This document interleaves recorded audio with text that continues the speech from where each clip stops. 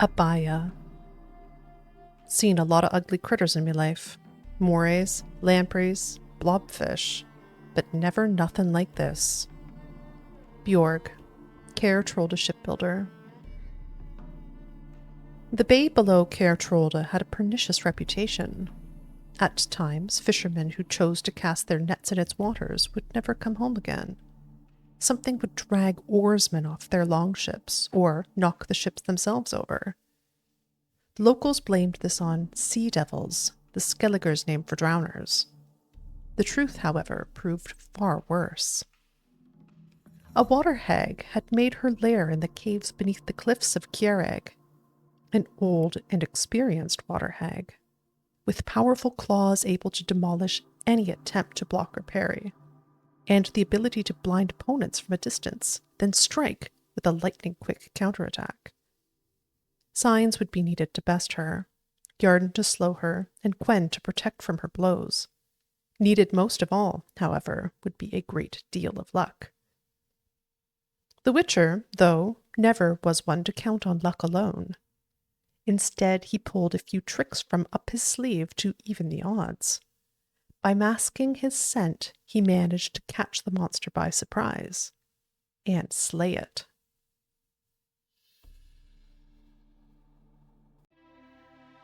Alguls. An Algul's basically a Badar school. Yarpen Zigrin, dwarven warrior. Alguls differ from normal ghouls in size, strength, coloring, and, most importantly, intelligence. Whereas ghouls and graviers are primitive creatures unfit to plan even the simplest ambush, Alguls and their kindred, such as scimitars, are capable of forethought and are thus much more dangerous. Alps. Looked like a bruxa, but that was no bruxa. Fragment of a conversation between the Ealdorman of Falcoane and a witcher. Alps are vampires that resemble bruxae in appearance. They are called phantoms by some, a name which fits well enough, for like phantoms, they haunt and torment men. They usually take on the form of a woman, though they can also appear as animals. They are most often found prowling near villages. They attack at night and are most active when the moon is full. Alp saliva can make one fall asleep, and when applied to a sleeping man, can invoke horrible nightmares. Some suggest they are the cause of legends about men who go to sleep healthy and are found in the morning white as snow, not a drop of blood in their veins.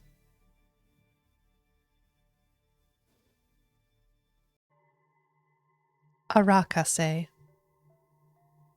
Narake en wod endisen. Let sleeping Arakase lie. Elven proverb. Powerful pincers, a maw filled with razor-sharp teeth, and venom glands packed with deadly toxins. These constitute the Arakase's deadly arsenal. Since people and farm animals make up an important part of these creatures' diet, contracts on Arakase in turn constitute an important source of witcher coin. Once native to the far south, this invasive species migrated north over the course of decades, adjusting as it went to new climates and temperatures. It found damp woodlands and swamps most hospitable and made them its home, making use of the muck and moss found there as blankets during its winter hibernation. The Arakas hides its unprotected sack-like abdomen under a covering of hollow tree trunks worn on its back. At first glance, a stationary Arakas often looks like a part of the forest undergrowth, a fact it uses to deadly advantage when hunting. It usually begins a battle by spitting venom, then tries to grab its prey with prehensile feelers in order to drag it within reach of its crushing pincers.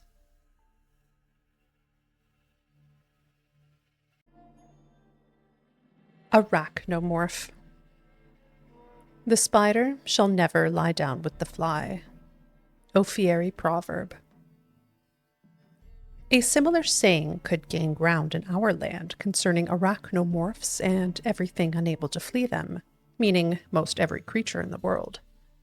True, the tillers of the earth and fellers of trees need not fear them in their daily labors, for arachnomorphs, as distant post-conjunction cousins of common spiders, strongly prefer deep, dark caves and unfrequented, sodden swamps. Anyone who does come across them, however, had best hope his conscience is clear and his worldly affairs are in order, for his life shall soon end, as not even the fastest man in the world can outrun them, and only a few witchers can hope to slay them. Even worse are the more aggressive and dangerous kind known as arachnomorph colossi, which are capable of devouring an entire ox in seconds.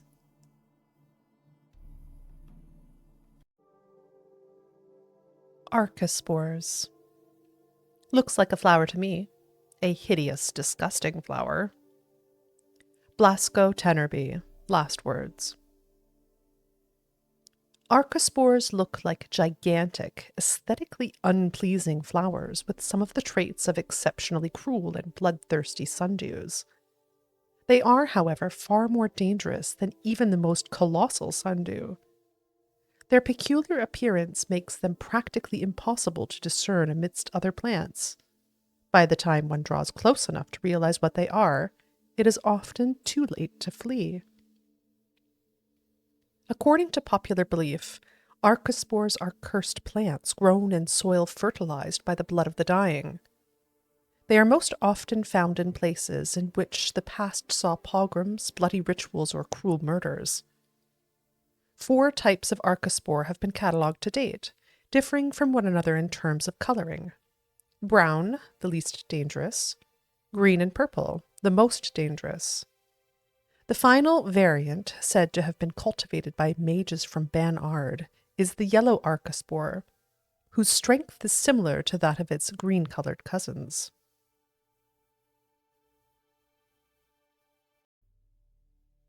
Armored Arachis.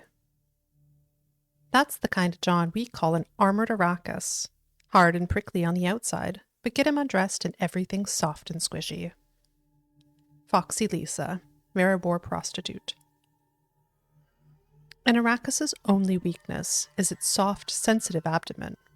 Some arachisae hide this under hollow tree stumps, while other armored varieties exist which have grown a thick carapace that covers all the more delicate parts of their bodies. An armored arachis is a true behemoth. It uses its enormous mass to knock over and trample its victims, then devours their crushed remains. Like all arachisae, it is highly venomous, and thus golden oriole should always be consumed before fighting it. It is also worthwhile to stock up on healing potions and crossbow bolts before setting out, for this arachis's thick plating can withstand a great deal of damage, making battles with it a long and exhausting affair.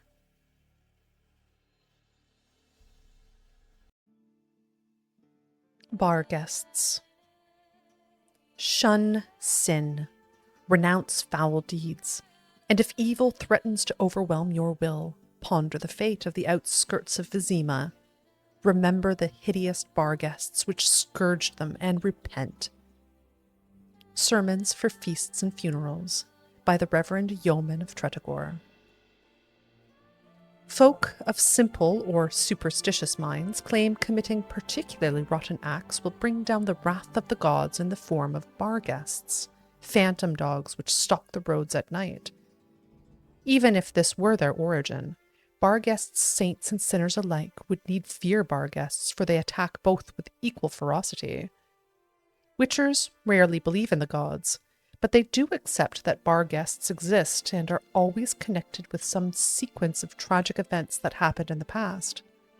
Their explanation, however, holds that bar guests result from a curse or a concentration of ill will.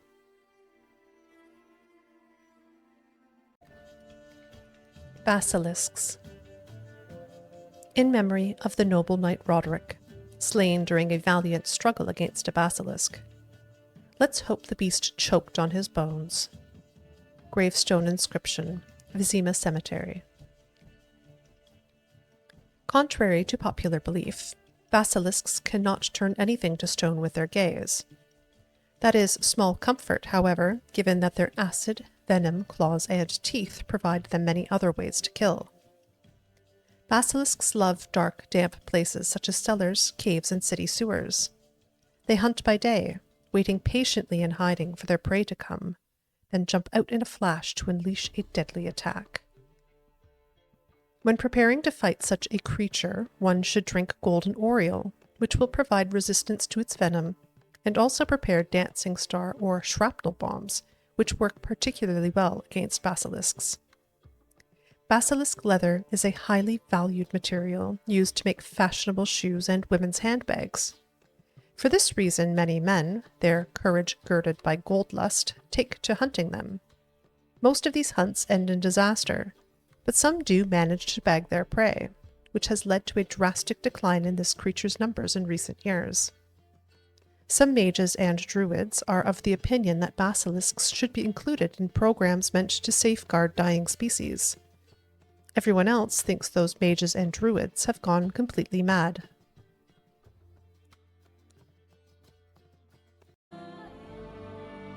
Banshees. Banshees howl and shriek, and if you hear their cry, you can know you'll join the ranks of the dead that night. Beggar from Dundare. Old gossips claim banshees are the spirits of women stuck between life and death due to traumatic experiences. Their wails and howls are considered ill omens of imminent, inevitable death, though they are said not to attack the living themselves. Most often they appear in the form of pale, tear-streaked women with shriveled faces and wrinkled, corpse-like bodies. Bears. Know that ditty about the bear climbing the mountain to see what he could see? Biggest load of rubbish I've ever heard. When a bear climbs a mountain, it's not to see, it's to hunt, to kill. John Olduck, Royal Huntsman. Bears are omnivores, meaning men find a place in their diet beside berries, roots, and salmon. When they snack on humans, they most frequently partake of the meat of travelers unwittingly trespassing on their territory, or else that of hunters for whom besting such a creature is a lifelong ambition. There are several subspecies of bears, black bears, polar bears, and cave bears, which differ from one another in coloring as well as in size and strength. All share one trait in common, however, a near unmatched ability to kill.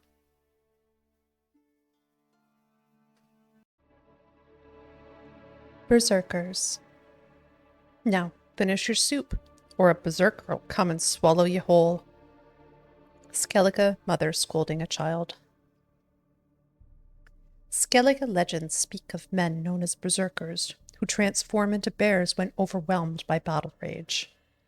In doing so, they lose all self-awareness and are driven by a bloodlust which they must satiate in order to return to human form. Few believe these blood-curdling tales, however, not even in Skellige, where the inhabitants usually treat even the least probable legends with the utmost gravity.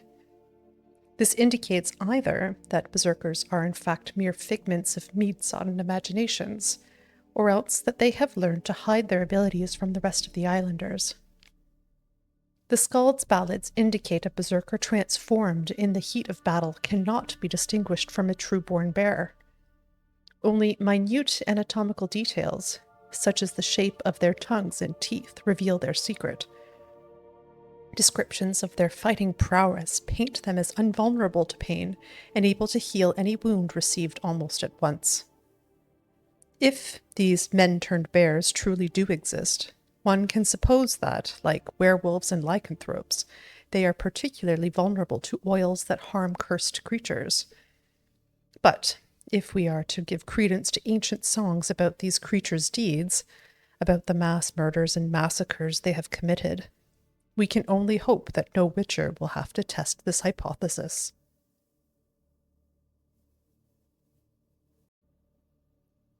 Botchlings. Saying a botchling's ugly is like saying shit's not particularly tasty. Can't say it's a lie, but it doesn't exactly convey the whole truth either. Lambert, Witcher of the Wolf School. Botchlings are perhaps the most repulsive creatures a witcher will ever have the displeasure of meeting.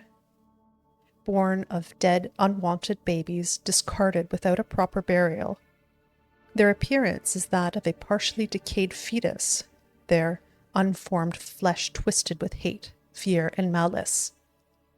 These hideous creatures feed on the blood of pregnant women, driven by a mad hunger that most often leads to their victim's death.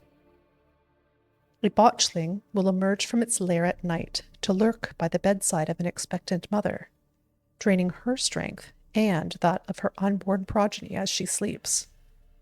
A woman thus beleaguered first suffers from troubling dreams, then fever, delirium, and a general weakening of the flesh. After a few such nights, she is enfeebled and unable to defend herself.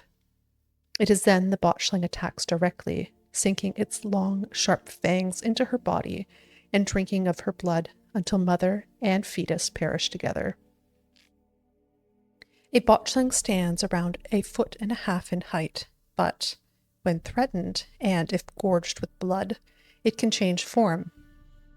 At such times it grows into a deformed man, hunched over and striding ape-like on its forearms. Stronger and fiercer after this alteration, it hurls itself into direct physical combat, gnashing at its opponent or attacking him with sharp claws. A botchling's curse can be lifted by transforming it into a lubberkin, a guardian spirit of the hearth that watches over the family it never knew in the house it never could call home.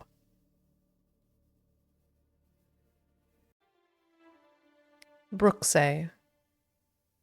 If you must travel through the woods, steer clear of any places where you can hear several different kinds of birds at once. That sound means you're entering a Brooks's territory and can kiss your life farewell. Anonymous piece of advice. Fortunately for us all, Bruxay are rare creatures. Most live far from population centers, for they care greatly for their own safety and make their lairs in places where they cannot be taken by surprise. Those who decide to live near men avoid crowds and emerge from their shelters only at night. When they do, one could almost mistake them for delayed travelers hurrying towards their night's lodging. Yet subtle details give them away. Their close ties to birds, their piercing voices, and the breathtaking speed of their movements. Bruxay are far swifter and stronger than men, but their greatest asset is their ability to turn invisible.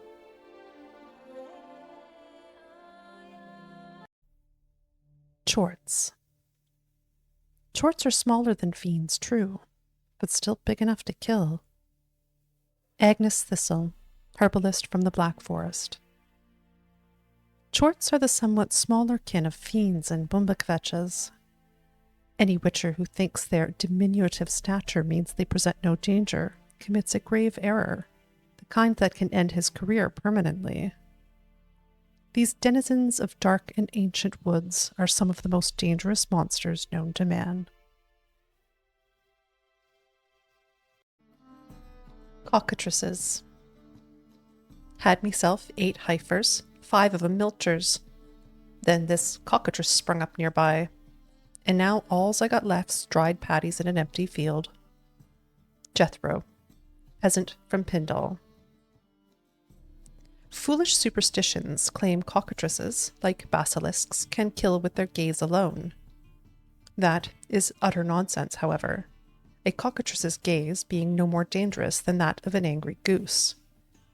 One should instead watch out for its sharp beak and long tail, which it can whip to murderous effect. Crones. Sister crones, hand in hand, terrors of the sea and land, thus do go about, thrice to thine, and thrice to mine, and thrice again to make up 9. Macbeth, Act 1, Scene 3. The isolated corners of our world harbor creatures older than humans, older than academies and mages, older even than elves and dwarves. The crones of Crookback Bog are such creatures. No one knows their true names, nor what breed of monstrosity they in fact are. Common folk have given these three sisters the names Weavis, Brewis, and Wispus, and call the threesome the Ladies of the Wood, or simply the Good Ladies. The crones act as the true sovereigns of Velen, whose inhabitants they help survive through harsh times in return for unquestioning obedience. They wield powerful magic, but one different from that of mages. They draw power from water and earth and are bound to the land in which they live. The crones can hear everything that happens in their woods, predict the future, twist the threads of human lives, and bring blessings as well as curses. The crones seem, for all intents and purposes, to be immortal. Magic elixirs keep them from aging and allow them to take the appearance of young women. These elixirs and their mystical ties to the swamps in which they live also give them supernatural strength and vitality.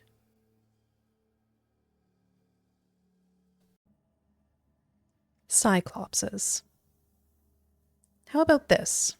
We take a big stake, sharpen its tip, jam it in the Cyclops' eye, then sneak out of the cave disguised as sheep. How's that not a good idea? Odes Thaka, traveler, died tragically on Speakeroo. Cyclopses can easily be recognized by the single eye located in the center of their foreheads.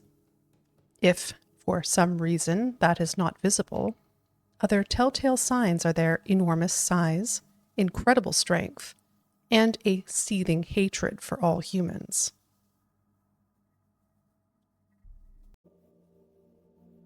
Daphne's Wraith. During his stay in Toussaint, Geralt became involved with a curious case of gynodendromorphy, that is to say, a woman who had been turned into a tree. When one cut into this tree's bark, it bled, and when the wind blew through its leaves, one could hear muffled sobs. Geralt investigated the matter and learned magic, or possibly a curse, was responsible for the transformation, and it surely had something to do with a certain sad episode from the woman's past. The love of Daphne's life, a knight-errant, had gone to the Witch of Lynxcrag and never returned, leaving her to wait for him forever, filled with sadness and longing.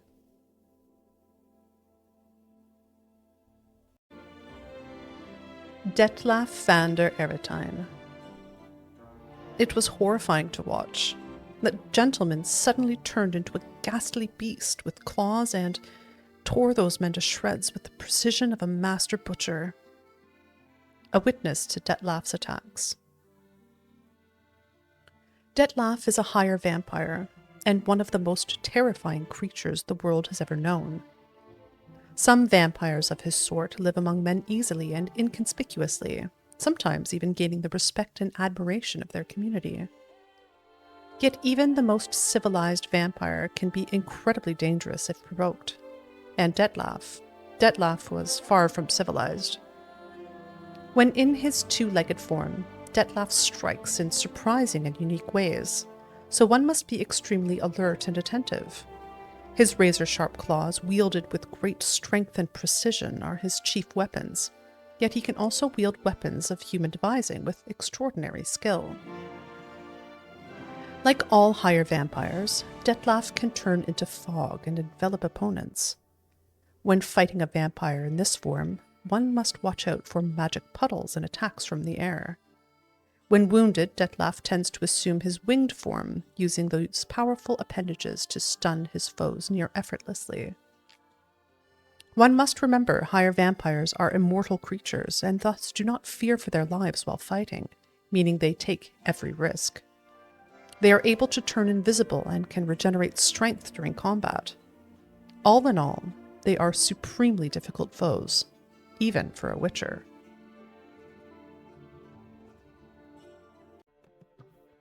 Devil by the Well. wears a dirty dress, all rags, its skin flaking off of its bones, and it howls like it's suffering. Odalin of White Orchard. The residents of White Orchard had suffered more than their fair share of misfortunes. Passing armies had trampled their spring planting, a griffin had begun abducting their livestock, and, the rotten icing on this painful cake, a noon wraith haunted a nearby well. No wonder the locals called this final evil a devil. The Witcher could sense something bound her to this place, and that in order to send her off into the ethereal realms, he would first need to learn her secret. Once that was done, he would have to prepare for battle, and a noon wraith is a demanding opponent. She can disorient her victim by blinding him and creating mirror images of herself. These copies slowly suck their victim's life energy, while their mistress remains untouchable. In order to defeat her, the Witcher could not rely on his silver sword alone. The Yrdensign would also be needed to trap her and force her to take on material form. Witchers don't normally feel a limited range of emotions regarding the monsters they slay. They despise the particularly cruel ones and are repulsed by the disgusting ones. But rare indeed is the monster for which they feel sympathy. Yet, that is exactly what Geralt felt for the noon wraith of White Orchard. For a long time he was haunted by thoughts of the young woman whose horrible death and powerful emotions had transformed her into that terrible monster.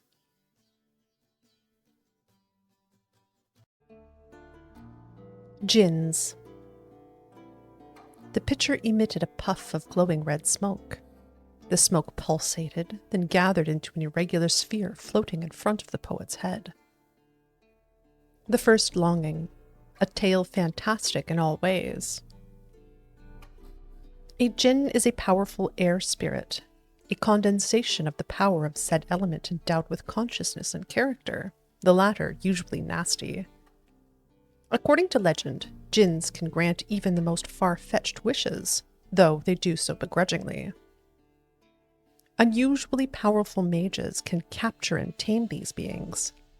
A mage who succeeds in doing so can then draw energy from such a spirit, using it to cast spells without having to summon the power from traditional sources. Only a handful have ever managed this feat, however, for djinns fight to avoid such a fate with stubborn determination. To imprison a djinn and bend it to one's will, one must first weaken it, and that is no easy task. Fighting djinns is extraordinarily difficult. They can fling off spells in an instant that the most accomplished human mages could never master with years of preparation. What's more, by manipulating the element of air, they can summon gales, powerful storms, even hurricanes. Luckily, as magic beings, they are vulnerable to silver, yet steel will do them no harm.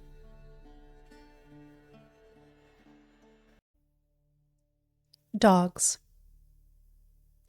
They say a dog's a man's best friend, but in these foul times, one best be wary, even of his friends.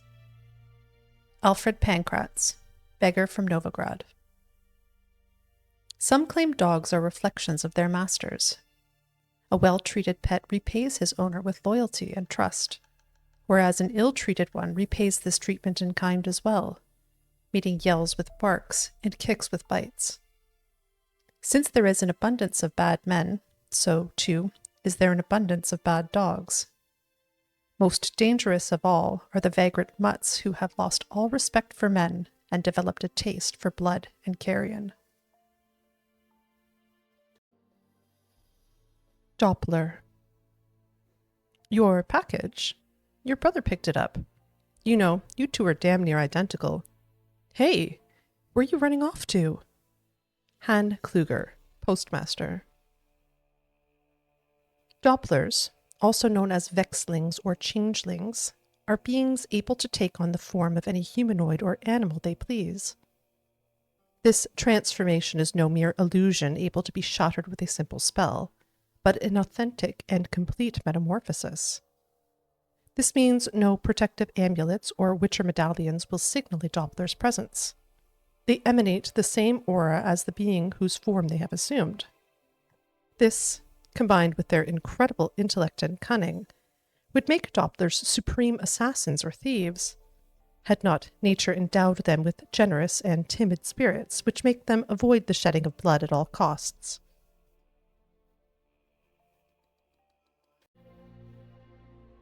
Drowners. When at the water's edge, you gotta be quiet. First of all, so as not to scare the fish. Second, so you don't attract drowners. Yannick of Blaviken, fisherman. A drowner resembles a corpse dredged from the bottom of a pond. It is sickly blue or green in color, with slime and sludge oozing out of every pore and the acrid stench of rot wafting off of it. That is why it is often thought drowners, along with their more dangerous cousins, vodniks, mucknixers, and drowned dead, arise from the bodies of those who drown in shallow water. Lost travelers falling into bogs, children who swim too far from the shore, or, in the case of vodniks, inebriated peasants who stumble off narrow swamp trails. Earth elementals. How to survive an encounter with an earth elemental? Simple. Run. As fast as you can. Nino Merck, Bounty Hunter. Earth elementals are made of mud, clay, sand, and rock dust, clumped together with water and brought alive with magic. While seemingly slow and ponderous, these creatures are nevertheless dangerous and should be avoided at all costs.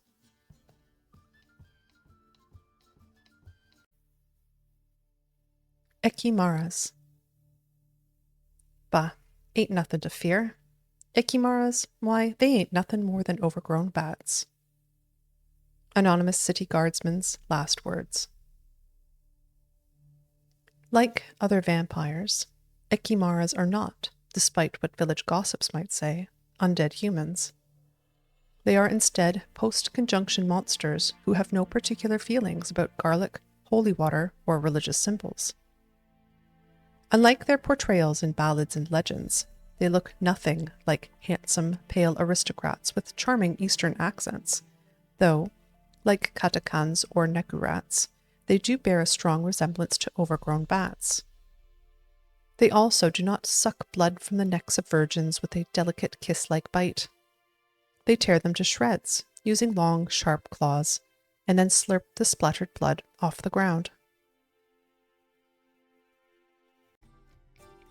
Endrega drones. Lazy, good-for-nothing men are sometimes called drones. That's an insult to Endrega drones, who at least get off their arses to fight. Evelyn Harker, herbalist. Endrega males, called drones, are gluttonous creatures whose only aim in life is to eat, fight, and reproduce. Yet when venturing outside their nests, these aggressive hunters attack any and every creature they come across. Endrega drones live but brief lives, the culmination of which comes in the autumn when they fertilize the queen. They pass the time leading to that moment protecting the colony's territory. Weaker drones die in these battles, while the largest and strongest survive.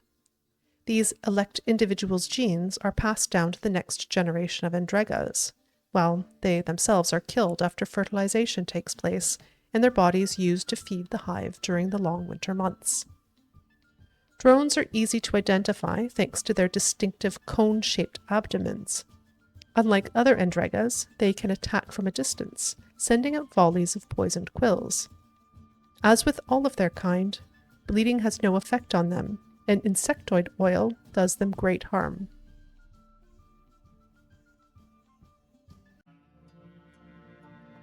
Endrega warriors. Scared of these Endregas, are you? Just wait till you see the warriors. Klaus Altman, Forester. Endless waves of Endrega workers are enough to overcome most attackers.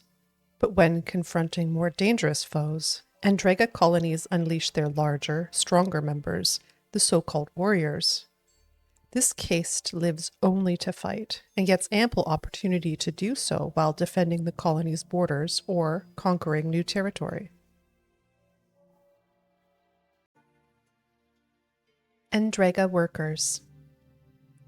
I thought the workers were harmless. I thought wrong. Jan the Gimp, Trapper. Workers are the most numerous, and thus the most frequently encountered, caste of Endrega. Within the colony, their duty lies in building nests and cocoons, acquiring food, and caring for eggs and larvae. When threatened, they will summon warriors to aid them, yet if forced to defend themselves, they will, and do so surprisingly well.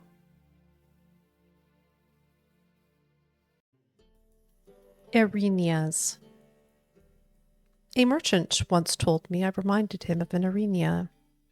Naturally, I immediately teleported him to one of their nests, so he could see for himself how ill-fitting a comparison it was. Litanade, the sorceress also known as Coral. Hard as it is to imagine, the Arenias found in Skellige are even more repulsive and dangerous than harpies, their close relatives. Though well-rotten carrion is their food of choice, they will not turn up their noses at fresh meat, man flesh included. When they spy a potential victim, Arenias, like harpies or shishigas, will try to make full use of the strength of their numbers and their ability to control the skies. They will circle above their prey, then attack from several directions at once, striking with razor-sharp talons and tearing their targets to shreds. While attacking, they aim for the neck, eyes, and other vital organs, often causing their prey to bleed to death as a result. In this way, a small flock of Arenias is able to make quick work of larger and better armed victims, who often are not able to defend themselves effectively from several opponents attacking at once.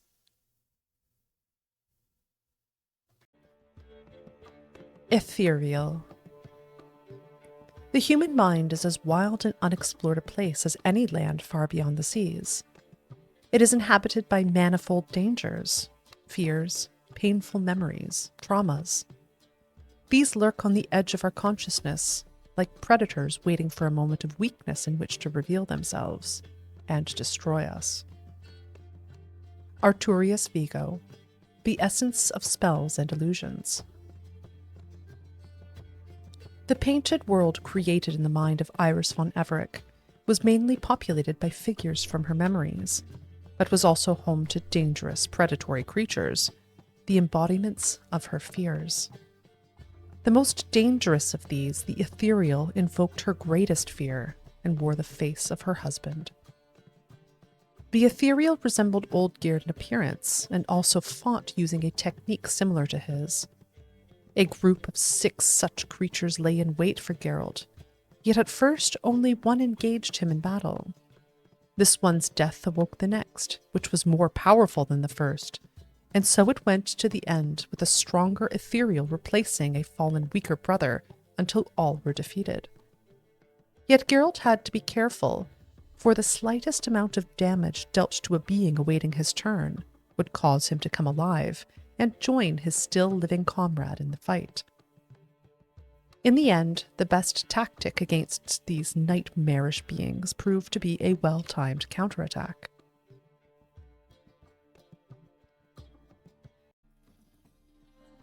Fiends. I regret to inform your grace that your grace's son fell while hunting a fiend. He died on the spot, along with his squire, his guide, the beaters, his peasant entourage, and his hounds. Cavan Gel, manager of the Villapin estate near Vizima.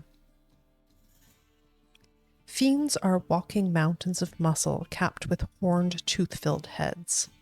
Like their rarer cousins, bumbakvetches, they live in thick forests, swamps, and bogs.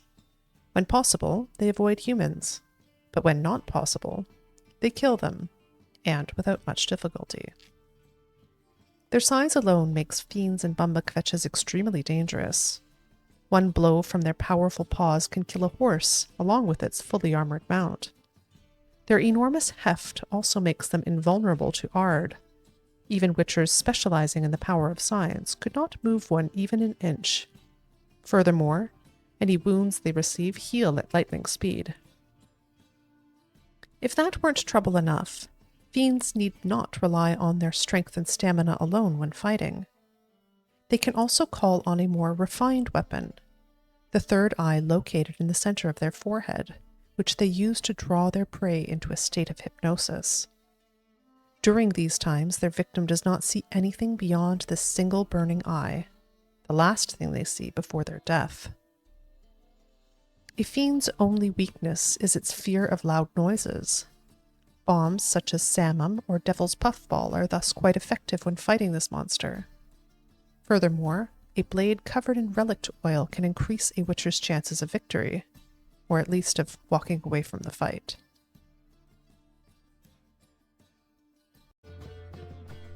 Fire Elementals. The first fire elemental was created by Rancent Alvaro. Sadly, flames engulfed his entire laboratory, burning it, along with every other building on his block, to ash. Tarvix Sandoval. Origins of Magic Arcana. Fire is the most destructive of the elements. Thus, the aggressive lethality of the creature that embodies its essence should come as no surprise. Fire elementals are forged in complicated magic rituals for one purpose: destruction. And they pursue this with murderous determination.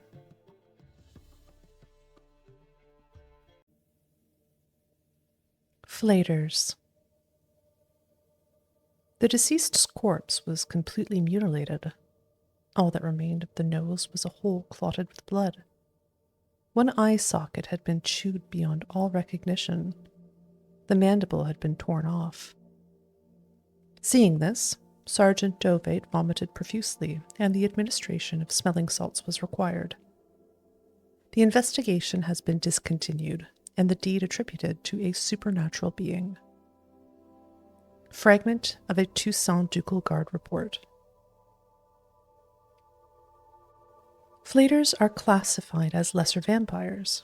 Though weaker than the rest of their ilk in every aspect from the physiomagic to the physiognomic, they should not be underestimated, for they are very, very dangerous. Flayers cannot be mistaken for any other creature, with their wide, toothy jaws, flat, unpleasant faces, and completely hairless, often warty bodies. These vampires mainly fight with their teeth and claws, flailing them blindly, and not stopping even when their victim is already dead. Even a solitary flayer is strong enough to take down a trained soldier. Compared to other vampires, flayers display meager intelligence, seen most clearly in the mindless rage which causes them to try with all their might to attack and tear to shreds any weaker being. Foglets. If night ever catches you in the swamps, stay put and wait for dawn, even if it means standing waist-deep in water with leeches crawling down your trousers. Most important of all, if you see a light in the fog, never, and I mean never, go towards it.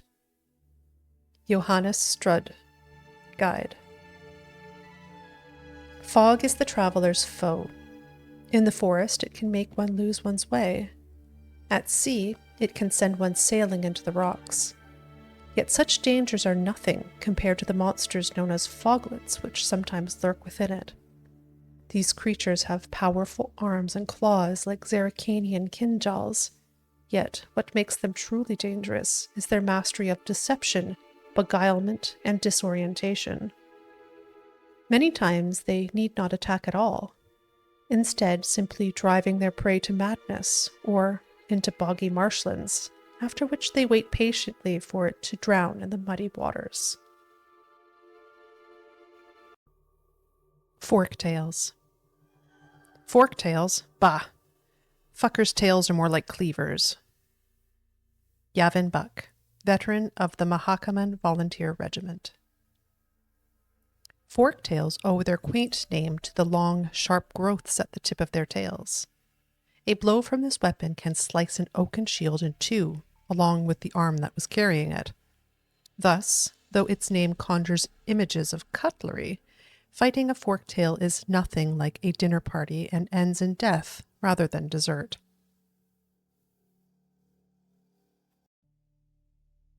Gale. Vampire bites and the strong stench of alcohol. Geralt of Rivia.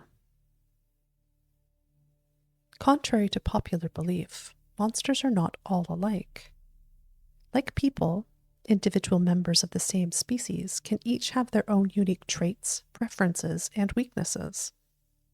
A good example of this is the Katakan, which once fed on the inhabitants of Oxenford. Perhaps influenced by its close proximity to the hard-drinking student youth of the city, this vampire had developed a keen appetite for blood spiked with a hefty dose of hard alcohol, and also baubles and gaudy jewelry of all kinds. The vampire had clearly thrived on its high-octane diet. It had grown exceptionally strong and gained the ability to regenerate lost life quickly, cause heavy bleeding with its claws, and, if all that were not enough, meld into the air and appear again behind its opponent's back. Luckily, the Quen sign meant the Witcher was well equipped to defend against this surprise attack, and the Jurden sign would let him catch the monster in a trap. To bait the vampire, Geralt took note of its dietary preferences and seasoned his blood to match by loading up on cheap wine. This made it somewhat harder to aim his blows, true, but he still managed to defeat the beast. Then had another battle awaiting him the next morning, this one against a powerful hangover.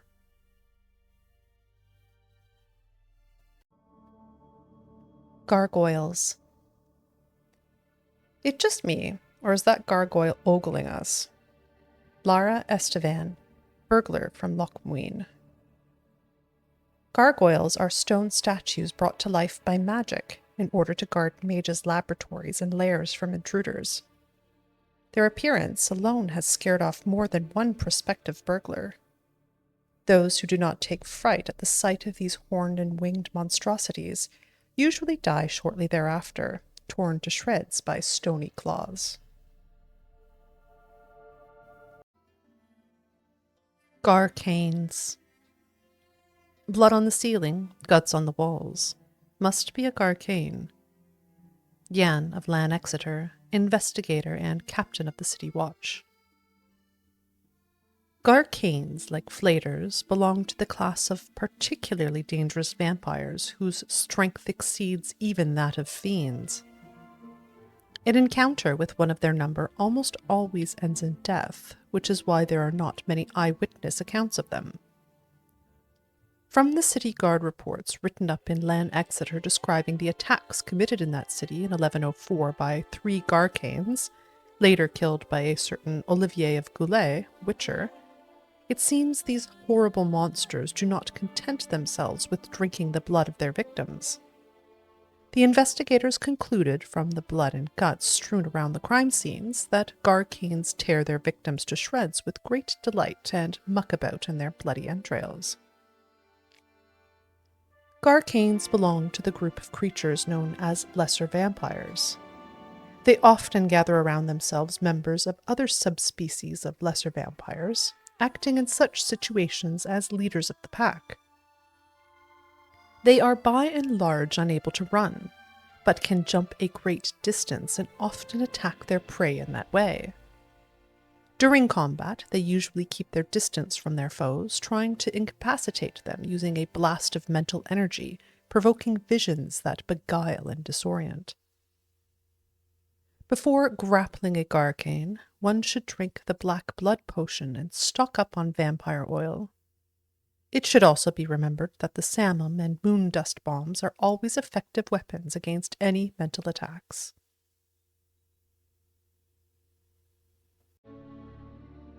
Ghouls. Ghouls creep and crawl at night, eating everything in sight. In a snap they'd eat you too, chop you up for a ghoulish stew. Children's rhyme. Ghouls and graviers are hard to describe. In part, they resemble humans, yet on the whole, they are the utter negation of all that is human. Though they have arms and legs like men, they walk on all fours like dogs or badgers. Though they have eerily familiar faces, one searches them in vain for any sign of sentiment, reason, or even a spark of consciousness. They are driven by one thing and one thing only, an insatiable craving for human flesh. Giant centipedes. Among the fascinating flora and fauna of the Duchy of Toussaint, one also encounters creatures of the decidedly unpleasant sort, such as giant centipedes. Not only do these beasts look hideous to the eye, they can do colossal damage to the flesh as well. I decidedly advise against them. A Visit to Toussaint, one of the many guides authored by Peter and Saffels. Giant centipedes are enormous, insect-like monsters which can be found in many places in the world, but are particularly common in the lands, or more precisely under the lands, of Toussaint. There they often dwell in close comity with shale maars, for a sort of monstrous symbiosis has developed between them. Giant centipedes feed on the small creatures which eat shale maar dung. Hard, chitinous armor covers nearly the entire body of a giant centipede. Sticking out from under this carapace are rows of hooked limbs. Giant centipedes are able to burrow into the ground with shocking speed, only to then appear back on the surface in another place. Once they select a target, they will circle it determinedly, trying to get close enough to deliver a blow.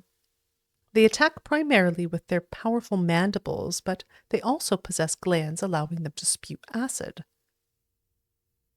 The greatest obstacle when fighting giant centipedes is their thick armor, which deflects most blows not only from weapons, but also from magical means, such as those dealt by simple spells or witcher signs.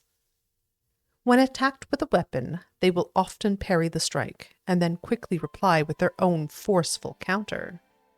Thus, the best method for fighting them is to catch them in a yarn trap, keeping them from protecting themselves with their armor or burrowing into the ground.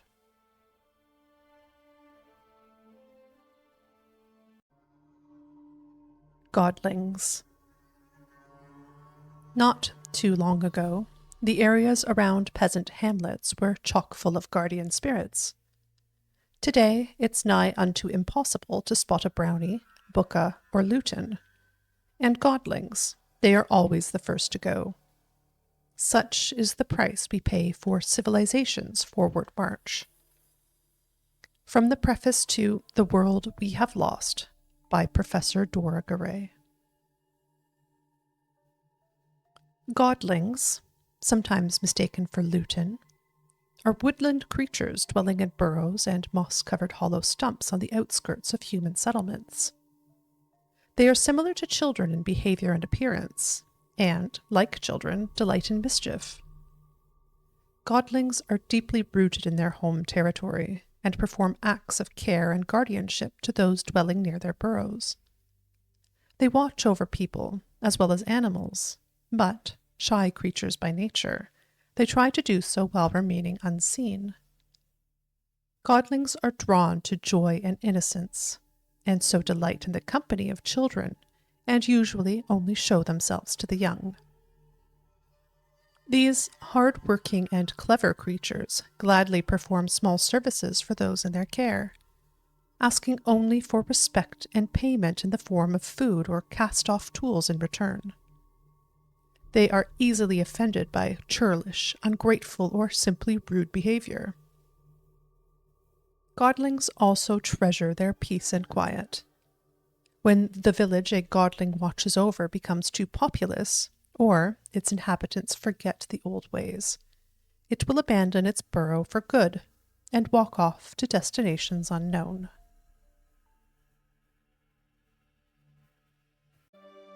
Golems. If want us to break through this wall, we're gonna need 20 sappers, 7 mules, and 100 weight of saltpeter, or 1 golem.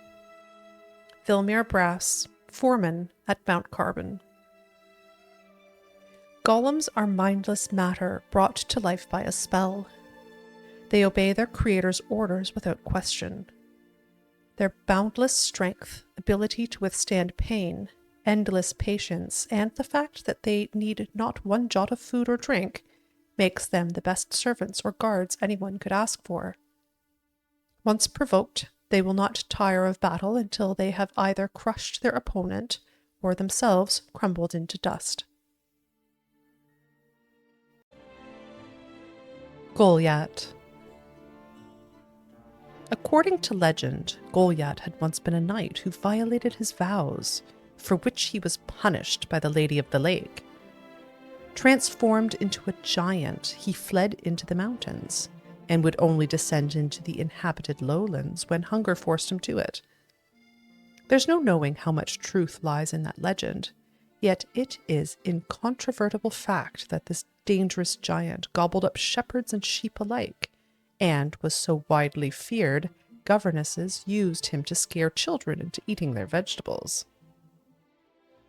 Though he came across as a wild, unthinking beast, Goliath used simple tools, and any item could turn into a deadly weapon in his powerful hands. When fighting Geralt, Goliath wielded a millstone, making his every blow truly crushing. Luckily, Geralt already had some experience slaying giants and made quick work of Goliath as well, with the much appreciated help of 3 knights, Milton de Peyrac-Peyran, Palmerin de Launfal, and Guillaume de Launfal.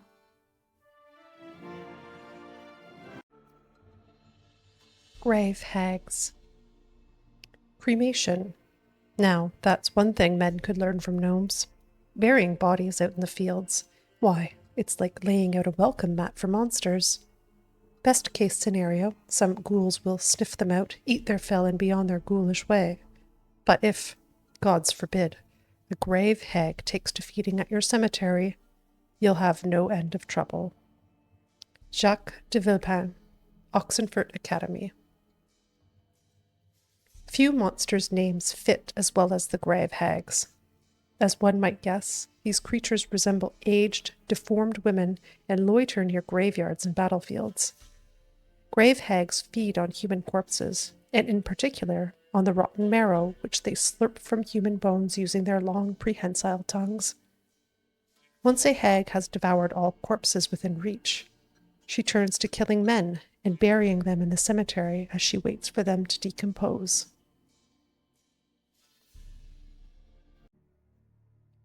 Griffins. I, half eagle, half tomcat, just like on the Lord's crest. 'Cept this one is carrying me dead cow instead of a scepter. Griffin attack witness. Name unknown.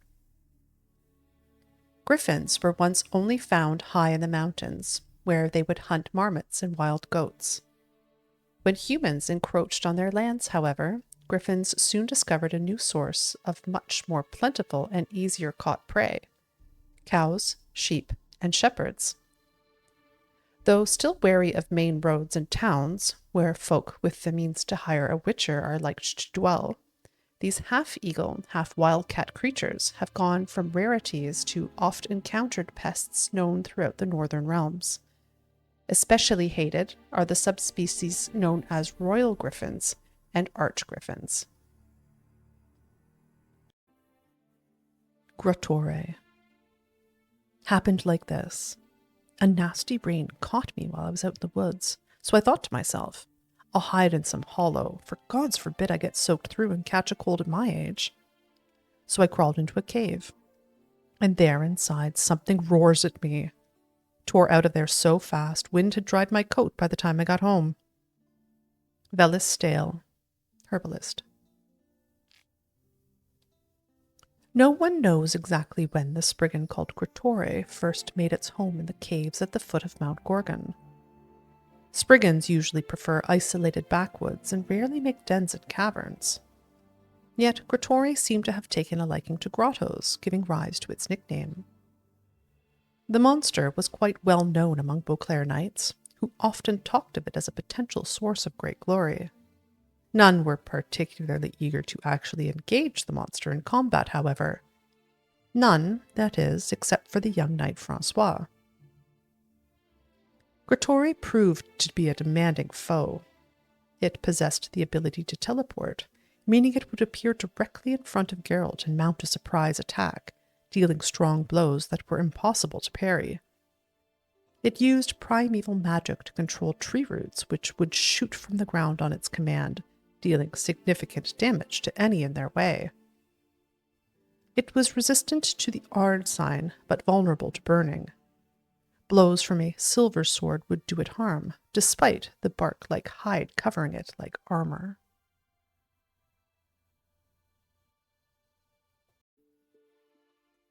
Hagubman. Ye or anyone ever heard of a beast settin' a wagon in the road, then waitin' in ambush? They're too plowin' dumb for that, damn it. Egil, warrior from Hindersfjall. Your average necker is cowardly and weak, and only ever attacks in groups. Even then, only when the group greatly outnumbers its opponents.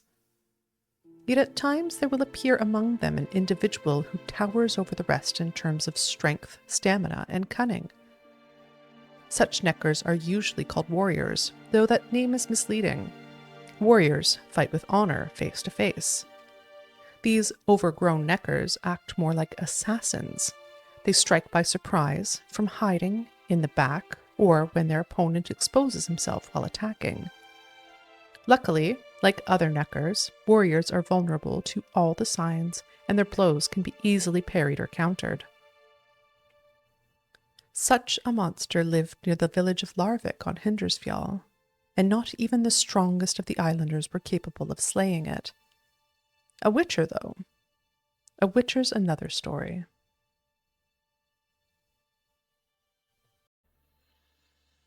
Harpies. Most monsters don't actually keep any treasure in their lairs. Harpies, though, they like shiny things. Letho, Viper School Witcher. It is hard to say what is most repulsive about harpies and their cousins, the Shishigas. Their hideous appearance, the overwhelming stench of rot and bird excrement that clings to them, or their blood-curdling screech. Suffice it to say that even rats, who dwell happily among the rankest fecal matter and rotten waste, give their nests wide berth.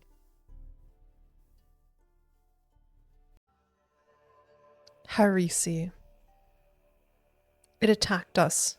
Gods, I don't know what it were, but 'twere at least 4 spans high. Velen peasant woman. Velen's woods and bogs brim with monsters. This fact is well known, and thus when the war drove refugees into this hostile land, certain of their number thought to avoid the dangers of the lowlands by hiding in an abandoned mine. They were in for an unfortunate surprise.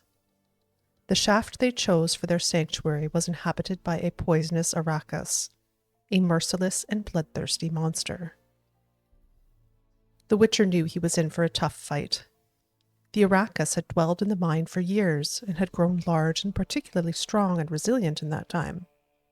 Like other members of its vile species, it would be dangerous both at close quarters and at a distance. What's more, it was almost certainly venomous. He would need to imbibe Swallow or Golden Oriole, or both, before attacking if he was to stand a chance of surviving. As a small consolation, the Witcher knew the monster would be vulnerable to his signs, especially Igni, Ard, and Jurden, as well as to the northern wind bomb.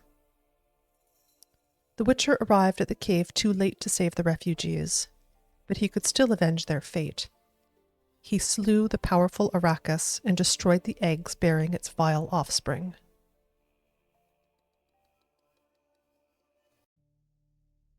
Higher vampires. Men, the polite ones at least, would call me a monster, a blood-drinking freak. Emil Regis, higher vampire. Only a mutual thirst for blood links higher vampires to their distant and much more primitive cousins, Ekimaras, Alps, Katakans, and the like. Higher vampires are, in fact much more similar to humans than to those bat-like blood slurpers. They not only resemble us in appearance, but also share our intelligence and behavioral patterns. This means they do not squat in distant forests or hide in the shadows. On the contrary, they are particularly fond of cities, where they live out deceivingly normal lives. Even witchers are not capable of recognizing them at once, for their medallions remain perfectly motionless in the presence of higher vampires. Yet all these similarities should not blind us to an essential difference. Unlike men, higher vampires are immortal. Those who have faced them in combat and survived can be counted on one hand. It is a witcher's good fortune that higher vampires are extremely rare, and not all are dangerous to humans. Though they do have a taste for blood, they do not need to drink it to survive. Some higher vampires have renounced feeding on humans altogether and do no harm to anyone, but others give in to their desires. A witcher who braves fighting a higher vampire must bear in mind that he faces a monster endowed with incredible strength, one able to manipulate men and animals, turn invisible, and transform into a giant bat, and furthermore, one which it is nearly impossible to kill. In other words, even an experienced monster slayer should think twice before accepting a contract on one of these creatures, even if half a kingdom and a princess's hand is in the offing.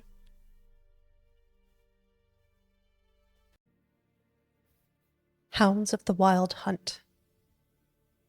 Baying at the heels of the wild hunt are its hounds, fierce beasts which follow it like dust clouds trailing after a comet.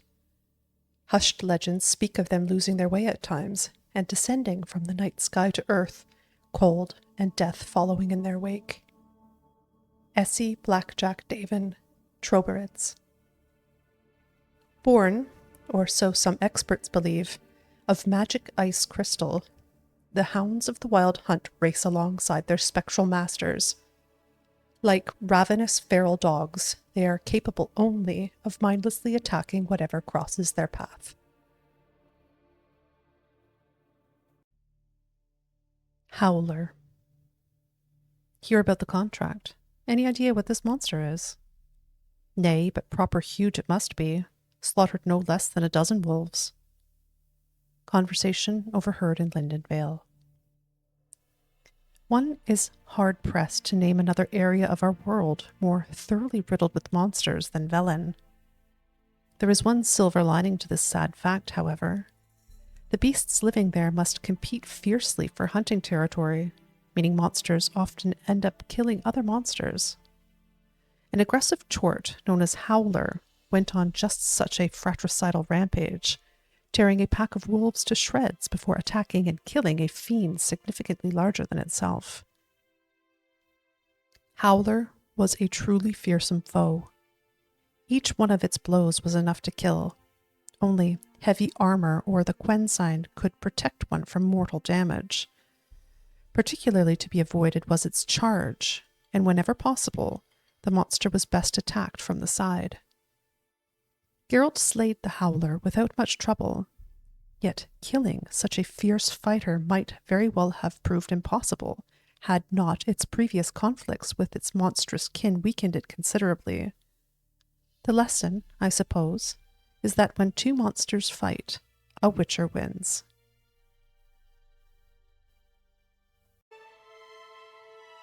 Heims. Some men have got good reason to fear their own shadows. Svargmit, and Skellig Druid. Monsters most commonly claim innocence as their victims. Tardy merchants, reckless children, and travelers who wander into dark woodlands out of misplaced curiosity. None of the above need fear Heims, however. These wraiths only latch onto particularly despicable individuals who have committed some unspeakable crime. To all others, they remain completely invisible.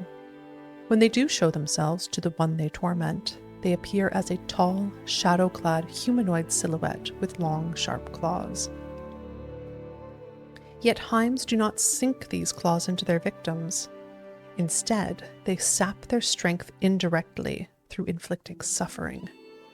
Speaking in a voice only the victim hears, they drive him to commit acts of violence, aggression, and self-harm. A Haim will seize on a guilty person's worst fears and weave out of them hideous visions, slowly driving the poor soul into madness. Those tormented by a Haim are incapable of restful sleep, for they are tormented by ever more frequent, incredibly realistic nightmares. At times, the victim will become extremely on edge, yelling pleas or threats at invisible phantoms, or confessing his guilt out loud in the hope that this will end his torment. This act does not, however, bring any relief, for the Haim will not leave until it has addled its victim's wits completely, or driven him to suicide.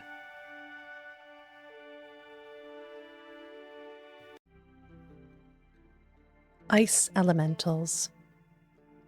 I thought to myself, what's a hunk of ice doing in the middle of some lab? And then that hunk of ice got up and broke my legs. Yannick Loved, Burglar. An ice elemental is a mass of frozen water animated by magic. Deprived of consciousness or independent will, this elemental is boundlessly obedient to the orders of the mage who created it. Those orders usually contain but one syllable: kill.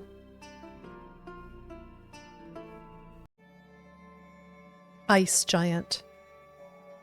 Fled one time in my life from the Ice Giant. And know what? I'm not a bit ashamed. Rasmund Kvalkje, Clan Tordarok Oarsman.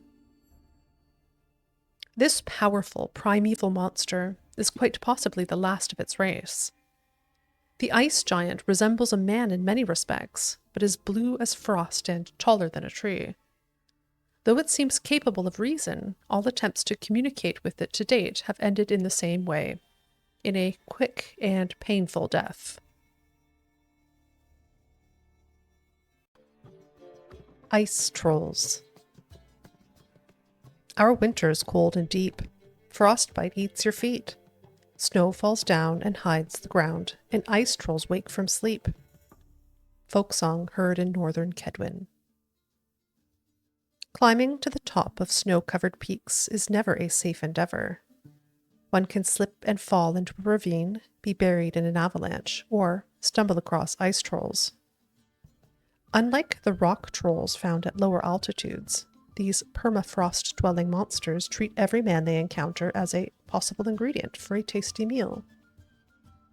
Luckily, ice trolls live atop high mountain ridges so inaccessible they rarely encounter humans, and some suppose this is why they have not mastered the basics of common speech.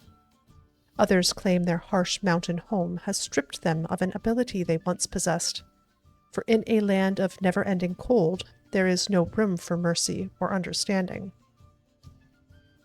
Ice trolls are crueler than their rocky kin. Though they use similar tactics in battle, tossing stones and swinging with their mighty fists, they are hardier and stronger than rock trolls, and thus more dangerous. Like rock trolls, their backs are covered in thick protective armor, meaning one should never strike them from the rear.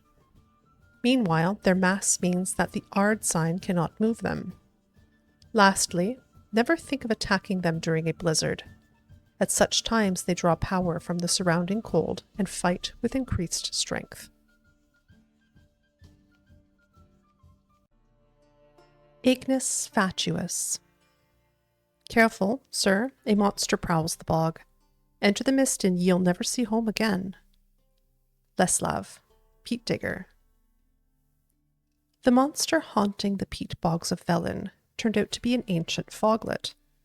These are exceptionally long-lived creatures.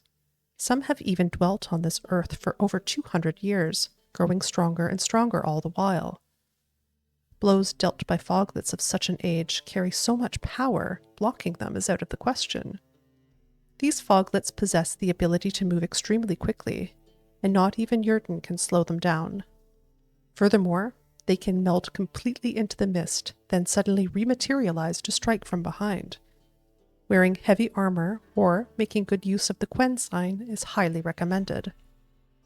This ancient foglet proved particularly adept in the art of forming illusions.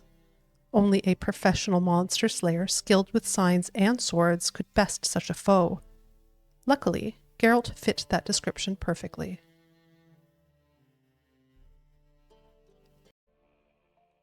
Imp. Really want to see an angry witcher?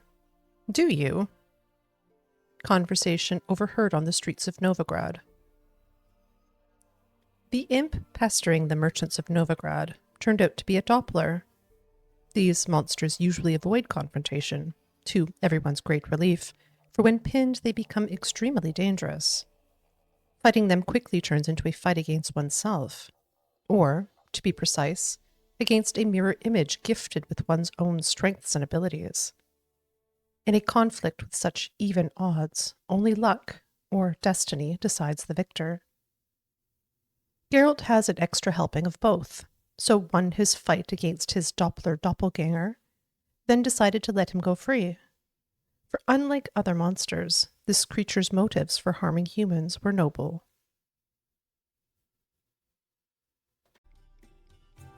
Jenny of the Woods. So, that's to mean, our Zula's the Wraith? Volko, Yildorman of Bidcopse. It is said true love's flame is never extinguished. This sad truth is the reason why Zula of Bidcopse, whom an early death had separated from her beloved, was unable to find peace in the next life, and instead returned to haunt her former environs as a night wraith. Fighting such an apparition is extremely difficult. A night wraith will form mirror images of herself to confuse her opponent and aid her in battle. She herself can take on immaterial form, rendering her invulnerable to blows. The best way to force her out of this state is to set a trap with the Jurden sign, then quickly follow up with Igni while she is caught. Most important of all, however, is this: never attempt to fight one in the middle of the night, when the moon hangs high in the sky. This vengeful wraith might very well have killed every last inhabitant of the village, had not a famous witcher, Geralt of Rivia, appeared in Velen, and been in need of a bit of coin. Catechans. Militale, Great Mother, protect us from evil, from unclean devils and foul demons, and most of all, from the clutches of catechans and neckarats. Fragment of a prayer. Catechans, and their more dangerous kin, neckarats, are the embodiments of human fear. They hide in the shadows, they feed on blood, they resemble enormous bats, though with long fangs and even longer talons, and, as if that weren't terror enough, they can turn invisible, waiting unseen while dread of their unpreventable attack overwhelms their victim.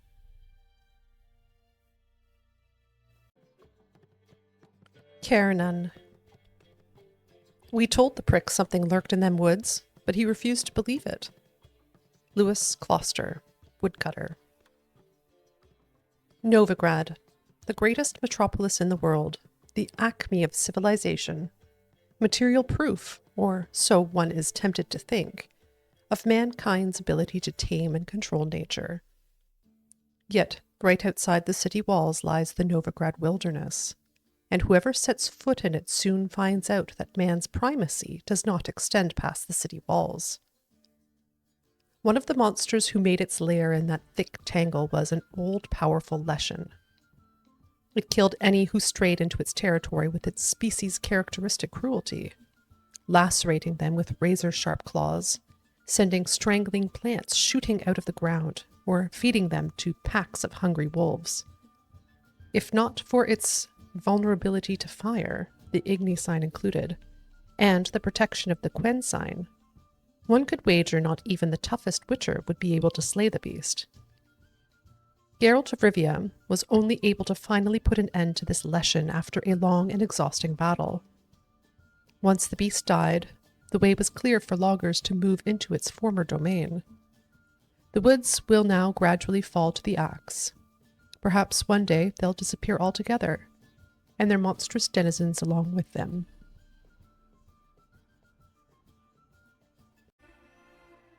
Kikimore Warrior. Then the Kikimore princess summoned all her loyal sisters, and off they went. Together they charged the enemy, trying to harm their queen. The Kikimore Princess and the Mountain Giants. Cornelius Briggs, Dwarven Children's Fable, fragment. It is unknown how exactly it is Kikimores communicate with each other. Autopsies are hampered by the high toxicity of their subjects. Scholars have established that Kikimores do not seem to possess any detectable oracles. One amateur researcher, Count de Salvarez, put forth a theory in his treatise A Microscope Among Monsters, suggesting Kikimores have a highly developed sense of smell and use airborne particles undetectable to humans to transmit information. This theory has yet to be proved or disproved.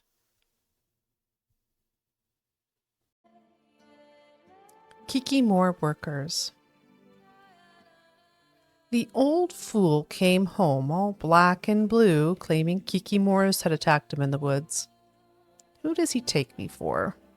His mates worked him over because he'd cheated at Gwent. If it had been Kikimores, he'd be dead, and I'd have peace at last. Lavinia, wife of a Beauclair innkeeper. Kikimores form colonies, making them similar to communal insects such as ants.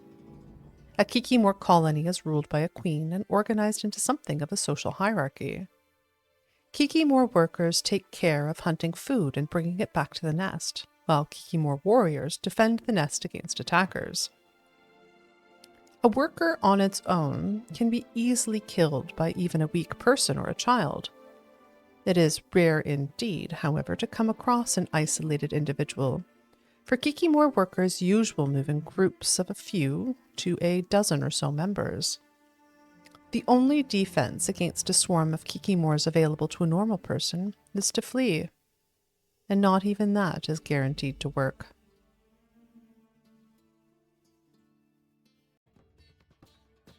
Leshens. We never hunt in these woods. Never. Even if it means the whole village starves. Mulliver, Yildorman of Hoshberg in Lower Adern. Leshens dwell in dense primeval woods. Fiercely territorial creatures, they hunt with stealth and cunning as their only companions. They use their inborn magic to control the plants and animals within their territory, and so when stalking them, half the battle is merely getting near enough to strike. Leshens old enough to earn the appellation ancient wield advanced skills and tactics that make them particularly dangerous.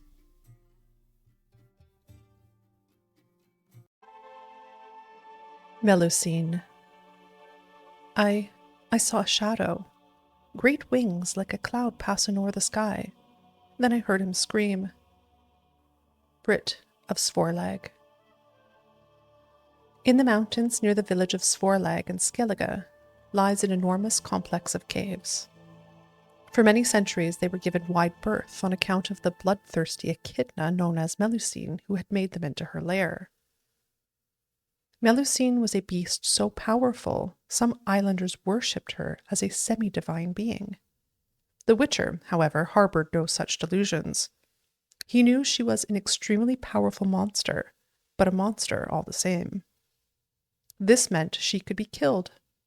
To do so, he would need the highest quality of bolts, a solid silver blade, and a steady hand.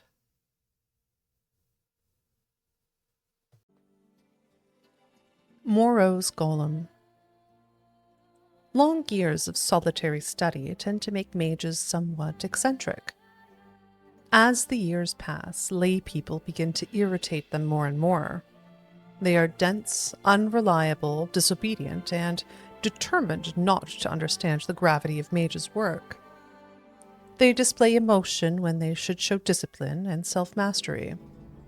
No wonder mages have long considered the best companions to be artificial constructs they themselves bring to life and design to follow their rules and meet their needs. Professor Moreau was no exception in this regard. His golem was his dutiful servant and companion, in good times and bad. Morrow's golem was also an excellent guardian, massive, unyielding, and devilishly strong. All in all, he was a tough nut for a witcher to crack.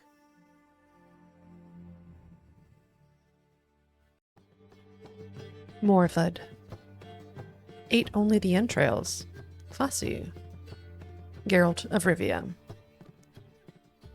Though Morvud killed the Skellige warriors without much trouble, it proved no match for the Witcher.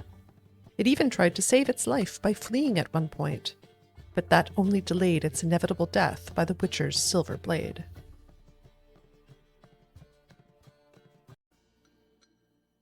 Morntart. Somebody's doing some cooking. It's a human femur. A child's. Geralt of Rivia.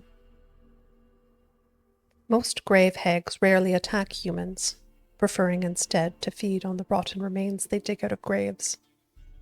Yet some individuals grow bold over the years and begin sneaking into huts to steal children and kill the elderly. Just such a monster was tormenting the inhabitants of Lindenvale. The Witcher knew this grave hag would put up a fierce fight. He would have to watch out for her powerful claws, capable of smashing through any block or parry, and her long, venomous tongue. He also realized her attacks would be so quick not even his mutated reflexes would be able to keep pace, meaning only judicious use of the Ern sign would all him to survive and conquer. The outcome of the fight was not hard to predict. The grave hag perished in the very graveyard which had heretofore served as her feeding grounds, and her body was dumped in a grave she had dug with her own claws. Neckers. Take heed, gents. There's neckers under this here bridge. If you all cross at once without slowing or stopping, there's nothing to fear. But if your cart throws an axle and you get stuck out there, well, close your eyes and pray to Melitele. Kurt Hammerbach, City Guardsman in Vengerberg. A lone necker is harmless. 5 are dangerous. 10 can kill even a veteran monster slayer. Particularly troublesome are the larger, stronger individuals known as warriors, as well as the rare breed of neckers known as fukas. Night Wraiths. Night Wraiths exude this immense sadness, this helpless wrath. I fear them, same as anyone. But most of all, I feel sorry for them. Aileen Altspar, Elven Troberitz. Compared to other creatures of the night, catacans, neckarats, and werewolves, for example, night wraiths, and their rarer cousins, dusk wraiths, might not seem all that dangerous. After all, one might ask, how much harm could a pale, withered woman in a tattered dress do? The answer, quite a bit. Instead of finding this out the hard way, avoid crossing fields and meadows at night at all costs. Like noon wraiths, night wraiths are only found in rural areas. Travelers fall victim to them most often, but if legends are to be believed, they also sneak into huts at times and murder peasants in their sleep. When they attack, night wraiths remain immaterial for most of the time, meaning physical blows pass right through them. They only take on more tangible form for the brief moments in which they strike. When weakened, they will create several projections of themselves, which cannot attack directly, but act as transmitters of sorts through which the night wraith can sap her victim's vital energy. Night wraiths can turn immaterial and are at such times very difficult to wound.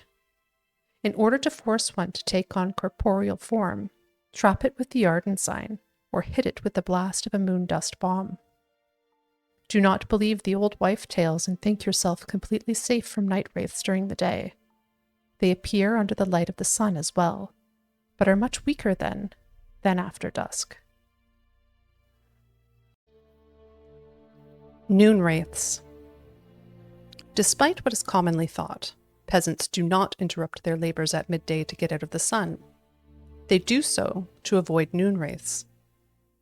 Vlad Raymond, Peasants and Their Customs. On particularly searing summer days, when the sun reaches its zenith, wraiths will at times appear, resembling sun-scorched women dressed in long white robes. These are noon wraiths, the spirits of young women and girls who died violent deaths right before their weddings. Driven mad with pain or anger, they wander the fields searching for their unfaithful lovers or backstabbing rivals, though they will kill anyone who does not get out of their way in time. They are often held in this world by some object of intense emotional significance. That is why, if one ever finds a wedding ring or torn veil in the middle of a field, one should not pick it up, but instead back away as quickly as possible. Ophinicus. Thin raketies, sparse after feathers. An archgriffin. Geralt of Rivia. Killers of various stripes, mercenaries, knights errant, ambitious lawmen, try at times to compete with witchers as monster slayers. This usually ends in a massacre that not only does not solve the problem, but in fact only makes it worse. The beast walks away from the fight unharmed, enraged, and out for vengeance. Such was the case in the mountains outside Oxenford, where a powerful archgriffin had made its nest. Once again it fell to the witcher to clean up after amateurs. He knew neither igni nor bomb-stealing fire damage would have any effect against this fire-loving creature. He would also have to look out for its acid, which can eat through even the thickest armor, leaving one vulnerable to its razor-sharp talons. After a long fight, the witcher slew the archgriffin. Some scholars in nearby Oxenford might accuse him of having contributed to the disappearance of an endangered species and disrupting the local ecosystem. Somehow, the witcher didn't seem likely to lose much sleep over the matter.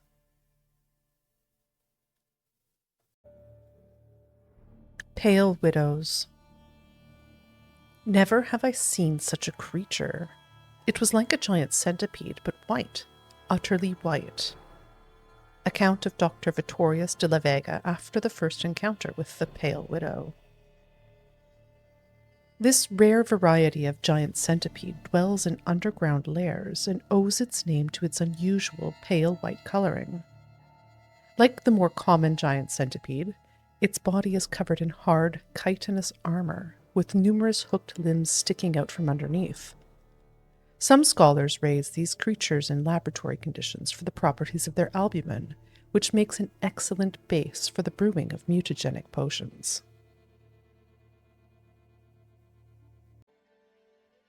Panthers. Pussycat, pussycat, where have you been? I've been to Sintra to look at the Queen. Pussycat, pussycat, what did you there? Run, fool, that's not a cat, but a panther. Rare variant of a traditional folk rhyme. Panthers are dangerous predators found in forests and other woodlands. They are quick, agile, and, like all cats, diabolically cunning. In many less than thoroughly urbanized areas, folks still believe panthers are the stranded souls of those who die in their sleep. Superstition thus holds anyone perishing in this way should be dragged to the nearest woods and left there without a burial. The panther spirit of the deceased may then devour its own body, thereby passing on to the nether realms. This belief must be eradicated by any means, for it leads to epidemics of cholera and other contagious diseases born of rotting corpses. Besides, it is patently ridiculous, given panthers are not necrophages and will not consume carrion of any sort. They prefer more spry and lively prey, such as deer or even humans, provided they are not ill and do not stink too badly.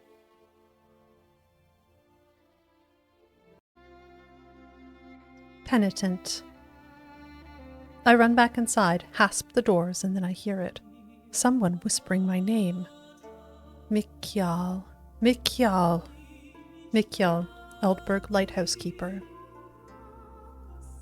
It turned out the monster haunting the Isle of Eldberg and its lighthouse was a rare type of spectre known as a penitent. Wherever this wraith haunts immediately becomes enveloped in thick fog and darkness, and those that wander into it usually never return. In order to defeat a penitent, one must remain in constant motion in order to avoid being struck by this agile creature, which can disappear and reappear in the blink of an eye to attack from behind. Most importantly of all, however, one must discover what keeps the monster bound to its haunting grounds, and break that bond as soon as possible. With the lighthouse keeper's help, Geralt drove the mist from the isle, then dispatched the penitent from our world for good. Now ships were once again able to sail to Erenbjorn's port, and the Witcher's coin pouch grew a little fuller.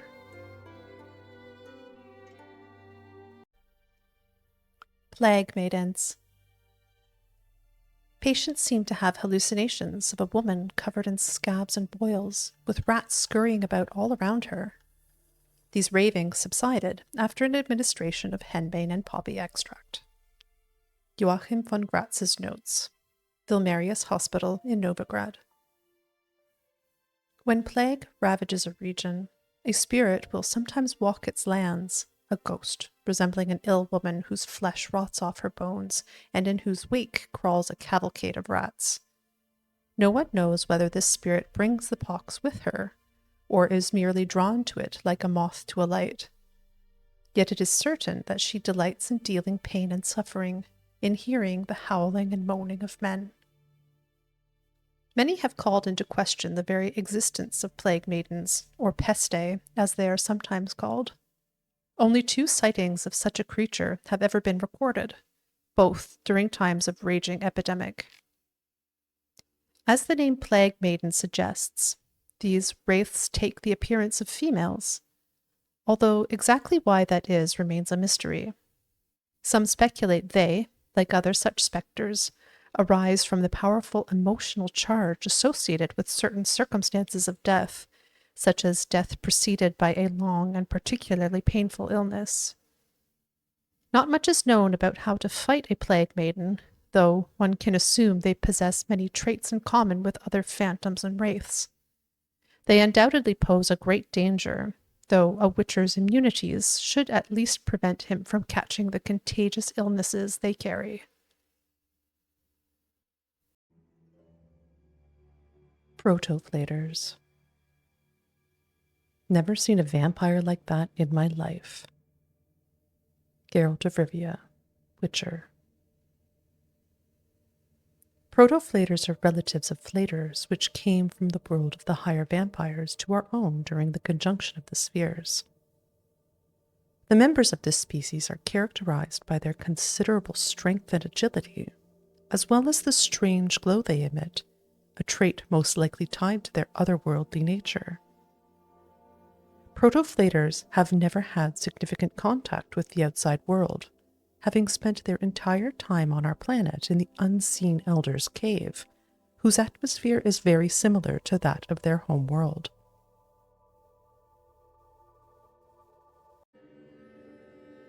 Red Miasmal. It is often said the darkest recesses of caves play home to the continent's most fearsome monsters, against which there is little hope of victory or escape. The lone solution, then, is to seal them off from the world with the hope that they shall forever remain buried.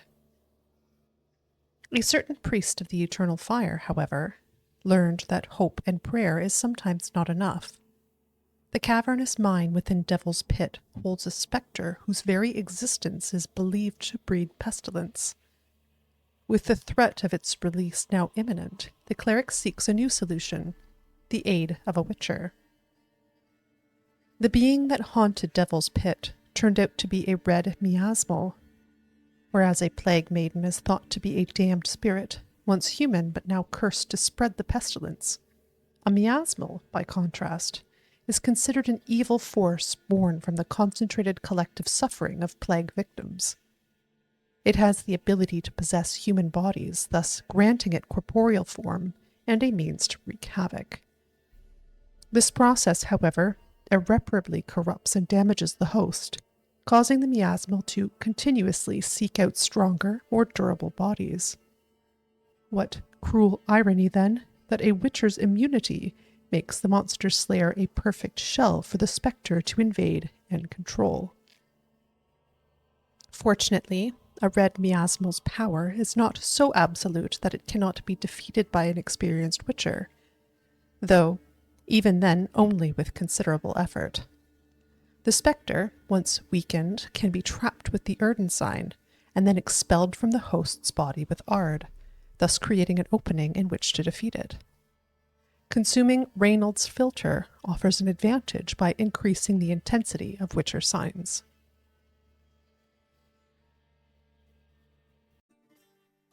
Rock trolls. Man must Ridley talk, but no Trixie. Or troll Boom Man head. Rock troll dwelling in a cave on Undvik. If, while hiking high in the mountains, you come across a walking stone, do not think your eyes deceive you. Instead, draw your sword, for before you stands a rock troll. True, not every encounter with these creatures ends in a fight. While not particularly intelligent, trolls are capable of reason, but it is better to prepare for the worst. Otherwise, your hike might end not on the summit, but in their stew. Trolls are able to use fire and simple tools, and some of them have even mastered the basics of common speech. Though linguistic nuances such as conjugations and declinations escape them, they are extremely fond of riddles, rhymes, and all sorts of wordplay, a fact a witcher in possession of a bit of wit can use to his advantage. If a fight proves inevitable, one must watch out for the stones these trolls throw with great strength and shocking precision. Their powerful, heavy fists also present a danger, for they can buckle even the sturdiest breastplate or cuirass. Since their backs are covered in a layer of rocky growth, blows delivered from behind will not do them much damage. They must thus be fought directly, standing face to face, and preferably armed with a sword covered in a fresh coating of ogroid oil.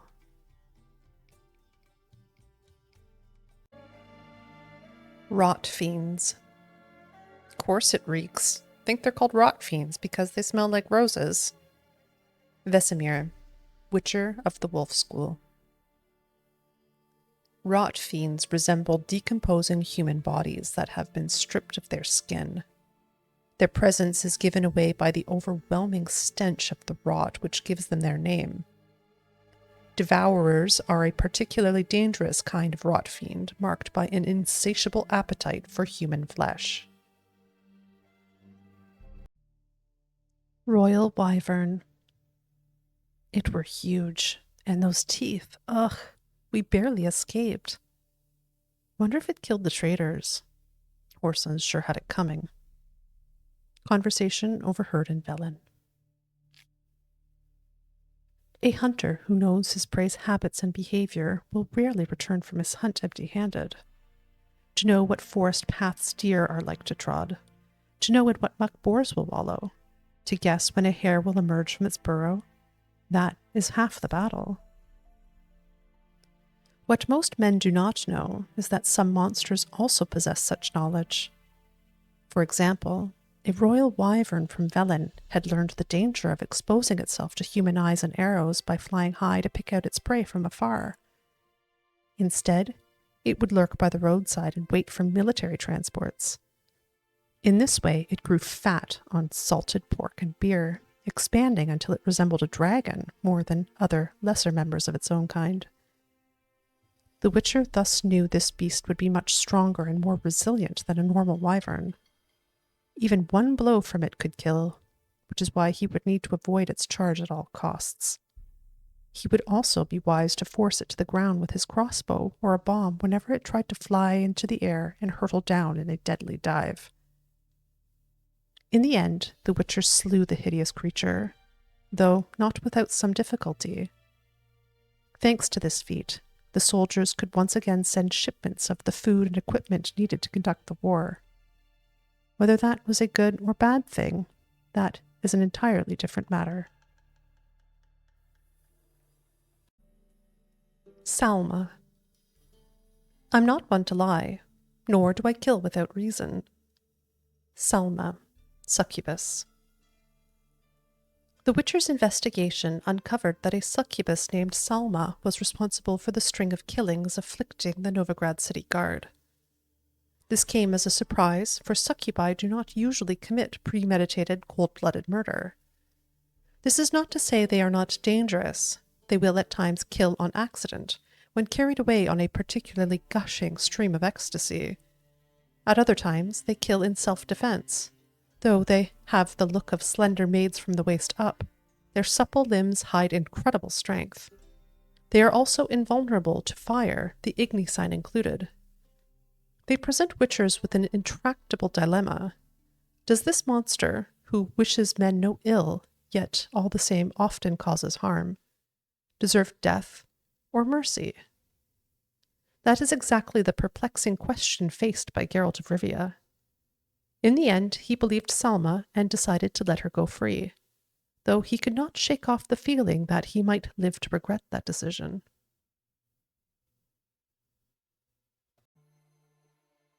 Sarasti. We dug out a chamber. There was a beast sleeping inside. We fell over the props to collapse the ceiling, but it must not have buried the monster. Vitamir of Velen. Raiders of elven tombs either get rich quickly or die trying. The Ansida's disintegrating temples and palaces hold priceless treasures, true, but within them many a foul monster waits in deep slumber. Such was the case in byways, where a few peasants, unaware of the dangers they faced, awoke an unusually dangerous Ekimara. The Witcher knew this monster would be no easy kill, that the vampire would quickly regenerate, that its blows would cause heavy bleeding, that it was able to disappear into thin air. Yet he also knew he could overcome these advantages. He needed merely use the Erden and Quen signs and strike heavy blows. Oh, and avoid getting killed. The vampire had already managed to kill several peasants and a patrol of heavily armed Nilfgaardians. The list of victims would surely have grown even longer had not Geralt of Rivia, the White Wolf, happened to waltz into town.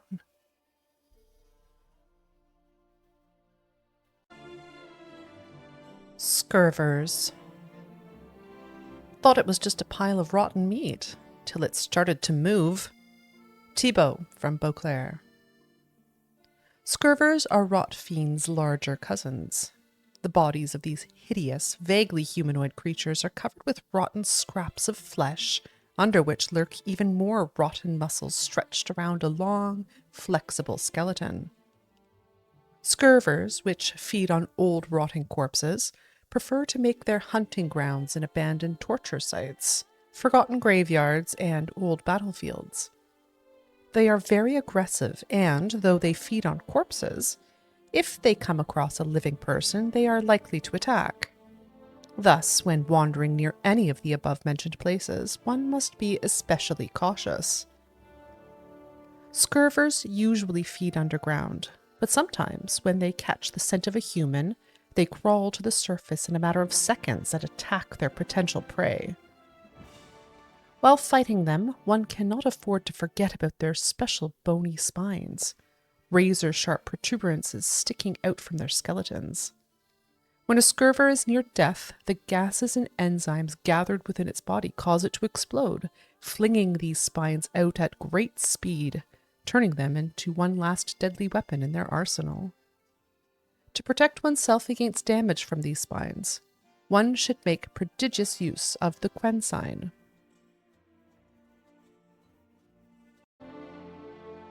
Shaelmar from the Emperor of Nilfgaard. Gladiator fights in massive arenas are a popular form of entertainment in Nilfgaard. Usually the fighters are slaves specially trained for this purpose, yet at times the arena masters pit humans against monsters.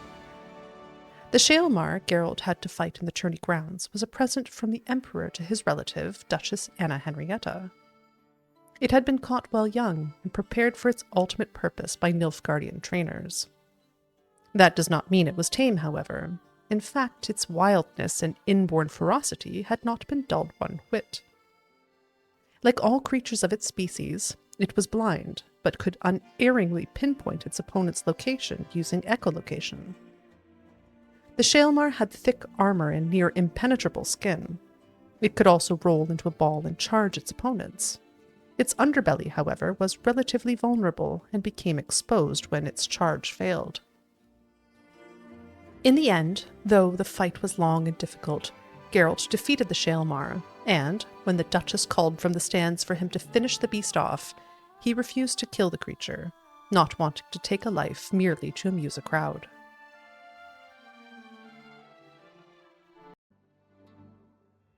Shaelmars. The Earth's innards are home to mighty strange and fearsome beasts. Were they ever to decide to ramble up to the surface, we'd all be gutted the very first day of the invasion. Ramus Vendenrats, Mahakam Foreman. Shaelmars spend most of their lives deep underground, having no contact with the world up above. At times, however, a Shaelmar will dig its way to the surface and devour any men within its reach. Some Shaelmars also burrow tunnels close to the surface, collapsing buildings and causing tremors in the process. Since Shaelmars are blind, they find their way by sensing vibrations and listening for sounds. Thus, the best tactic when fighting such a monster is to hurl something heavy or noisy against a nearby boulder or wall, then pray silently that the beast will roll towards the sound and knock itself out upon striking into the obstacle. Shrieker. Heard you have a problem. A monster you call a shrieker? Aye, prowls about it does. Snatches cows and goats mostly, but it won't scorn a man if it runs into one. Conversation overheard at Crow's Perch. The monster tormenting the residents of Crow's Perch turned out to be a particularly nasty cockatrice. Geralt was not surprised the Baron's men had been unable to stop it. They could not possibly withstand the surgical precision of its strikes, which slice open arteries and provoke an outpouring of blood only the swallow potion could hope to stop. Neither did they know to force it to the ground with a crossbow, a bomb, or a sign, and then evade its charge by rolling under the monster's outstretched wing. Just when it seemed the villagers would have to learn to live in the shadow of a bloodthirsty beast, to always look to the sky with fear, the Witcher arrived and put an end to the shrieker for good. Silver Basilisk. You want a fine pair of boots, you say? Bring me the hide of a silver basilisk, and I'll make you boots the whole world will envy. Anatole Visholy, shoemaker from Beauclair. Geralt always liked looking at things that don't exist, be it a vampire with a human heart, or the last basilisk of a species that no scholar has classified. Discovering something thought not to be there to be discovered caused him great pleasure. That is why he took an interest in a contract which, at first glance, seemed banal, but proved to be very intriguing. It concerned the last basilisk of the nearly extinct species Regulus platinum. In the end, Geralt decided not to kill the basilisk, for who in his right mind would raise his sword against a living legend? Sirens. Out at sea, if you hear a beautiful woman singing, turn the ship around at once. You understand, even if it means sailing straight back into a storm. Erica of Hindersfjall, advice given to his son before his first solo voyage. Like skilled hunters setting out wooden ducks to lure in drakes, sirens and lamias lure men near, using their own bodies as decoys. They can transform to resemble beautiful human maidens, though with tails covered in silver scales instead of legs. Once a naive sailor gets within arm's reach of these beautiful creatures, their fair faces suddenly turn to fang-filled fish-like maws, and lovely tails promising unknown delights become sharp, death-dealing talons. One legend claims sirens and lamias were once friendly towards men, and supposedly were even known, albeit on rare occasions, to accept some sailors' clumsy attempts at courtship. In our day, however, they are decidedly aggressive, perhaps soured by the numerous kidnappings carried out by frustrated sea salts. Whatever the truth, one thing is certain. These days the monsters display no signs of goodwill, and so when spotting them, one should immediately reach for one's silver sword. Sirens and lamias, the sirens' more dangerous cousins, usually hunt in flocks, making use of their numbers as well as their ability to move effortlessly through water and air. On the ground, however, they are virtually defenseless, and so a wise tactic is to damage their fin-like wings to force them to land. The Igni sign also proves effective when fighting against them. Threatened or injured sirens will let out a terrifying shriek, leaving their opponents stunned while they escape, and their sisters swoop down for an easy attack.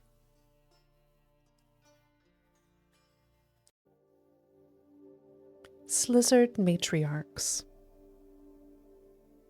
If you ever find yourself facing a monster that breathes fire, strikes with a tail tipped with venomous spines, bites with sharp teeth and swipes with even sharper claws, and tends to knock its prey to the ground with a sonic blast, then you are fighting a slizzard.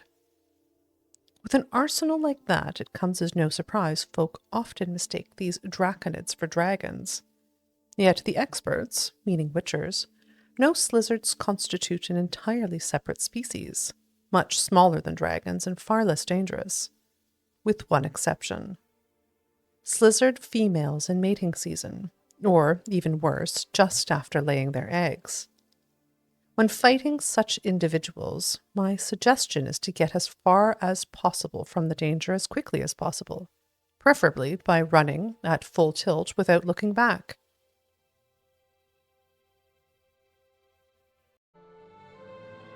Slizzards. Some peasants once offered me a king's ransom to slay a slizzard, a damned hefty purse chock full of gold, but I turned him down. Coin's no good if you're dead. And a slizzard? That's no fucking forktail. Zator, one of the Crinfrid Reavers. Slizzards are often mistaken for wyverns or forktails. Yet make no mistake, slizzards are nasty, terribly dangerous beasts, and confusing them for wyverns will end very badly for the confuser. While a wyvern can tear apart and devour an untrained man in seconds, only a slizzard can first bake him to a crisp with a waft of fiery breath.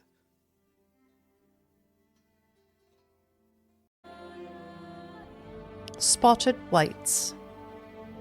The best defense against spotted whites? Stay calm and leave them alone.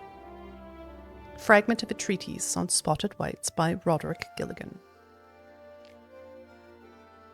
Spotted whites were a subspecies of white which the witchers drove to extinction. They were larger than their unspotted kin and owed their names to their numerous blotches and effusions. Spotted whites would most often dwell in derelict cemeteries and empty wildernesses, yet at times took to living in abandoned human domiciles. There they would indulge in their greatest passion, creating brews from their own emissions. When not disturbed, spotted whites would not act aggressively. If threatened, however, they became very dangerous indeed. In the colder months, or when faced with an unseasonable chill, they would slip into a state of lethargy, making them easy targets. Even during their active periods, it is said the witchers found a surefire way of besting them, based around careful casting of the Yrden sign, or at least so claims witcherlore. Whenever, on the one hand, witchers swear they have driven a certain species of monster into extinction, and on the other, someone claims to have seen a member of that species walking around in apparent health, most likely we are dealing with a curse. This rule of thumb showed its worth with the spotted white from the Trastamara estate. It turned out this creature was in fact a woman transformed into a monster by a curse many years prior, as punishment for refusing food and shelter to a wandering beggar.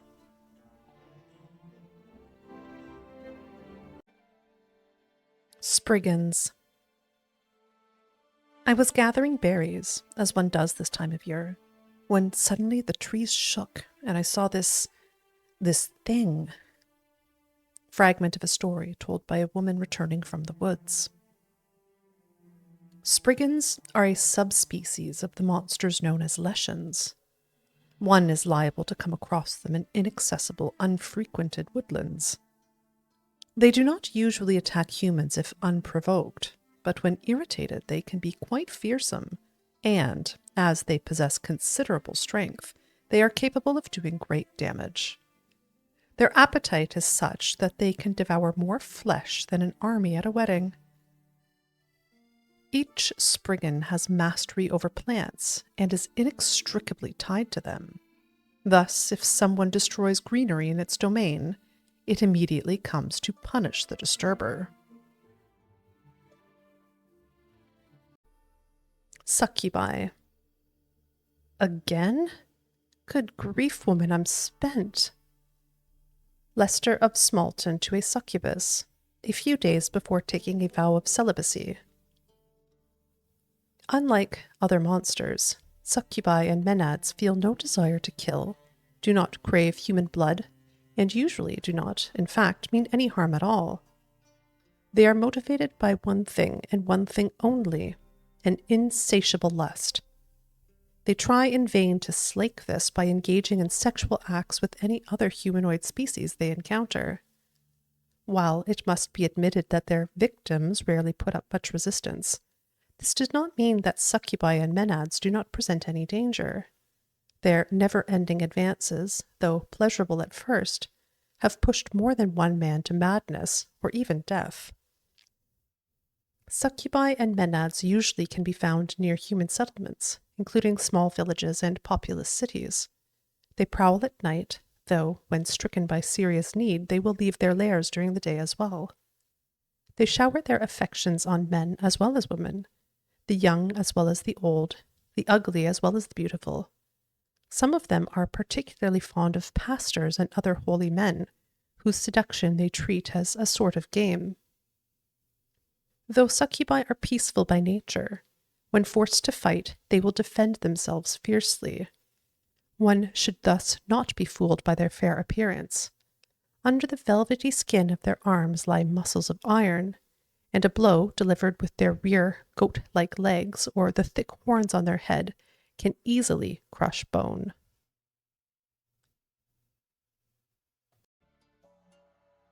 Sylvans.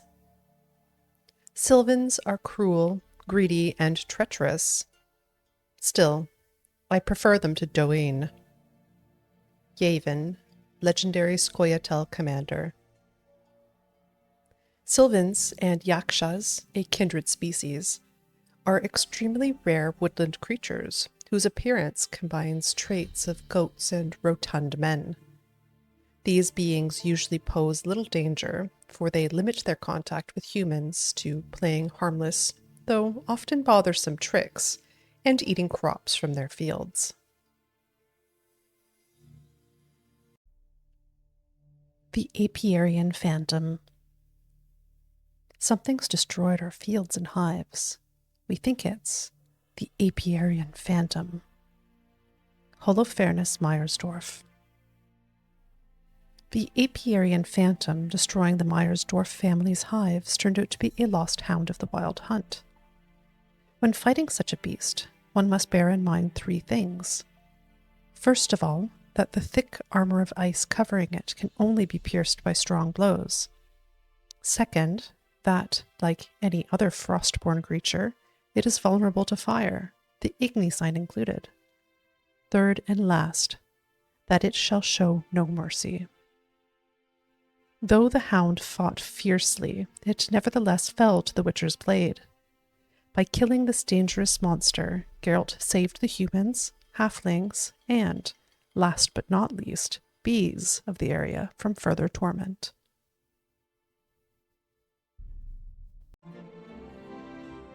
The Beast of Beauclair. Eyewitnesses to gruesome monster attacks always have a hard time describing the creature in question. The beasts move quickly and often attack at night, while the witnesses are terrified and primarily concerned with fleeing for their lives. As a result, witchers quite often have no inkling what creature they face until they find tracks or otherwise establish something for themselves.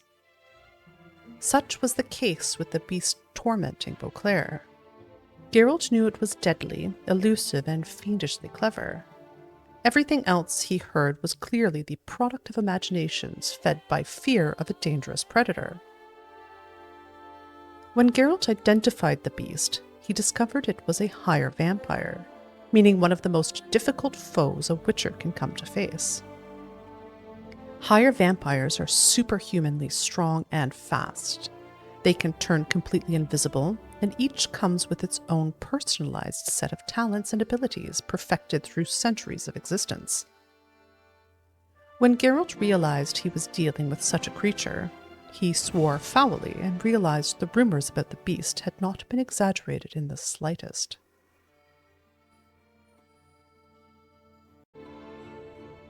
The Bruxa of Corvo Bianco.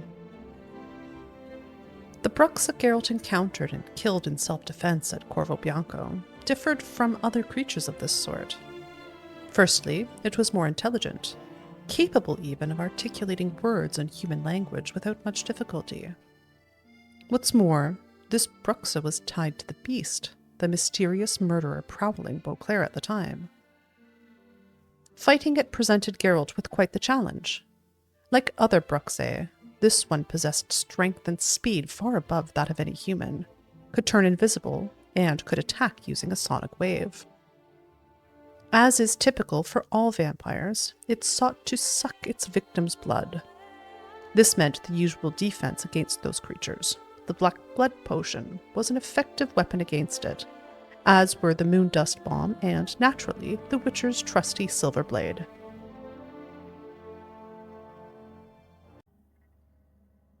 The Caretaker.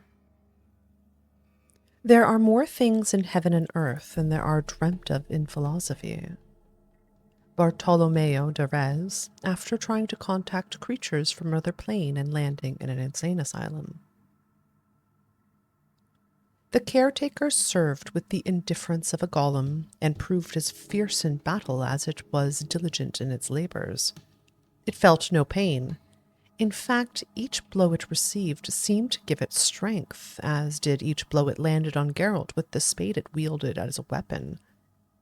What is more, the Caretaker was able to summon powerful spirits from the graves it had dug, and could heal itself by absorbing them. The Witcher had a hard time evading the devastating strikes of its weapon, and his only chance at wounding the creature came when it would stick its spade in the ground to draw on otherworldly energy in an attempt to petrify its foes with fright.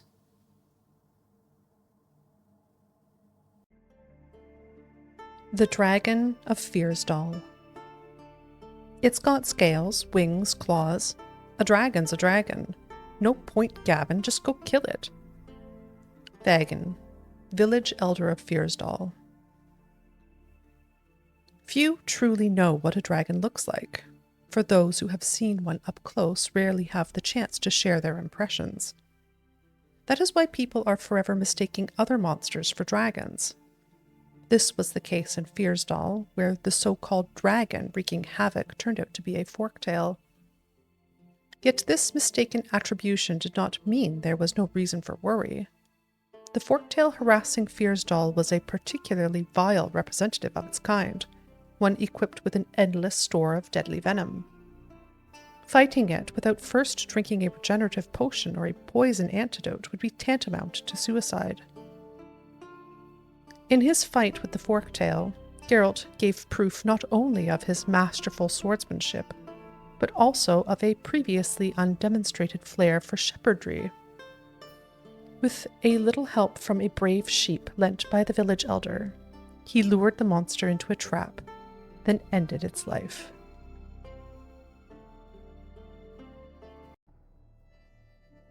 The Monster of Tufo. A knight-errant might manage to kill a ghoul, and a peasant with a pack of dogs can at times take down a bear.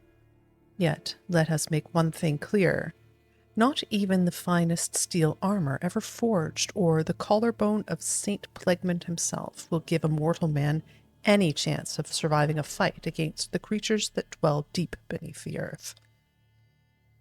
Veteran Toussaint Ducal Guardsman, briefing new recruits. Imagine a creature that kills men, feeds on kikimore eggs, and digs underground tunnels so wide they'd fit the Emperor of Nilfgaard's coronation carriage along with a team of 6 horses. And now imagine this creature digs with such force the earth quakes and the houses up above tremble and collapse. Noting these symptoms, Geralt was at first unsure what sort of a beast he could be dealing with, knowing only that he needed to be very, very careful. Only after he carefully examined the monster's tracks did he realize it had to be an aged female Shaelmar. The monster-destroying Tufo turned out to be an old Shaelmar matriarch. Geralt hunted it down and fought it deep under the ground. Though blind like all members of its species, this creature could easily maneuver by sensing vibrations and noises. As long as Geralt stood quiet and motionless, he was safe.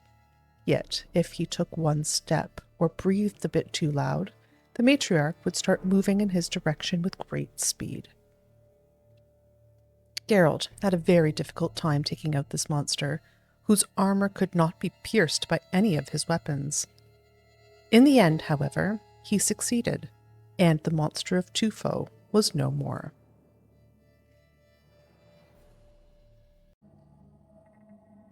The Toad Prince. The girl walked up to the edge of the pond.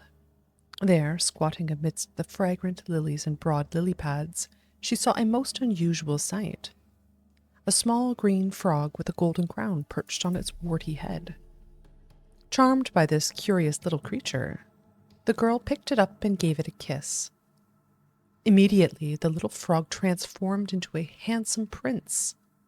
Overcome with gratitude, he asked the girl to be his wife. Folktale, author unknown. Timeless tales always carry within them a grain of truth. The legend of the Frog Prince is no exception, or at least that's what the folk of Oxenford wished to believe when they found out a monstrous toad lurked in their city sewers. The women who hunted it in search of romance and a better life, however, found their tales had a most unhappy ending. The creature they encountered was no small, sweet frog, but a bloodthirsty beast who not only did not let them in for a kiss, but instead greedily devoured them and anything else that strayed into its slime-covered lair.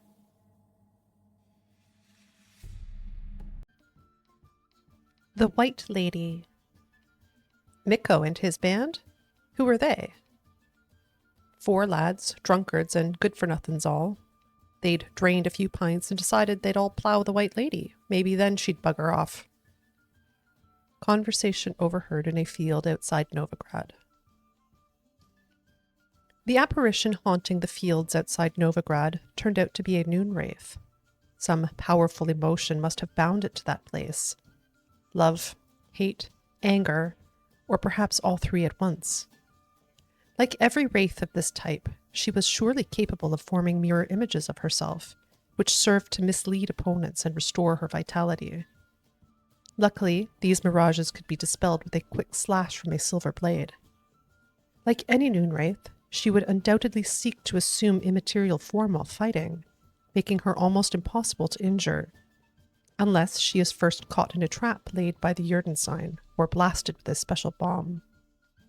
Once thus forced into materiality, she should be attacked with strong blows or the Ignisign. Finally, one must always keep in mind 2 Witcher sayings.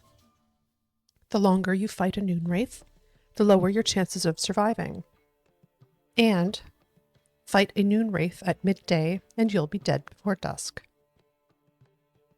The vengeful wraith known as the White Lady had roamed the fields for a long time, murdering anyone she came across. Though the grain hung heavy from the stalks, the frightened peasants were kept from harvesting it and thus faced famine. They gathered their last bit of savings and went in together on a bounty for a witcher. That was coin well spent.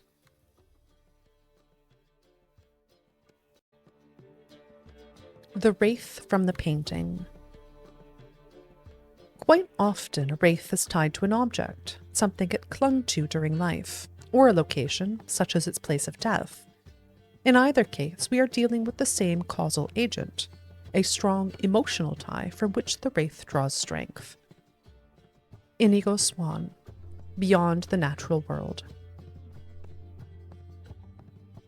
While wandering the Von Evericks' abandoned estate, Geralt came into contact with a woman's wraith haunting the house. The restless spirit had mastery over the house's furnishings, and in particular over the paintings hanging from its walls. It moved freely between their canvases, entering one and exiting through another. At first it tried to scare Geralt into giving up his search. Then, when it was clear this strategy would not work, it attacked him directly. Geralt's battle against the wraith proved very difficult, for it was fueled by rage and launched its attacks with heated aggression. Geralt was forced to move lightning speed in order to parry its blows, without time to take a breath or launch an attack of his own. What's more, the wraith had created a bond with the paintings around it, and, until the Witcher severed this tie, it would continually regain any lost strength. The key to victory over the wraith from the painting was to focus on parrying its blows and only attack sporadically at exactly the right moments. Any attempt to attack in a flurry was always punished with a deadly counterattack.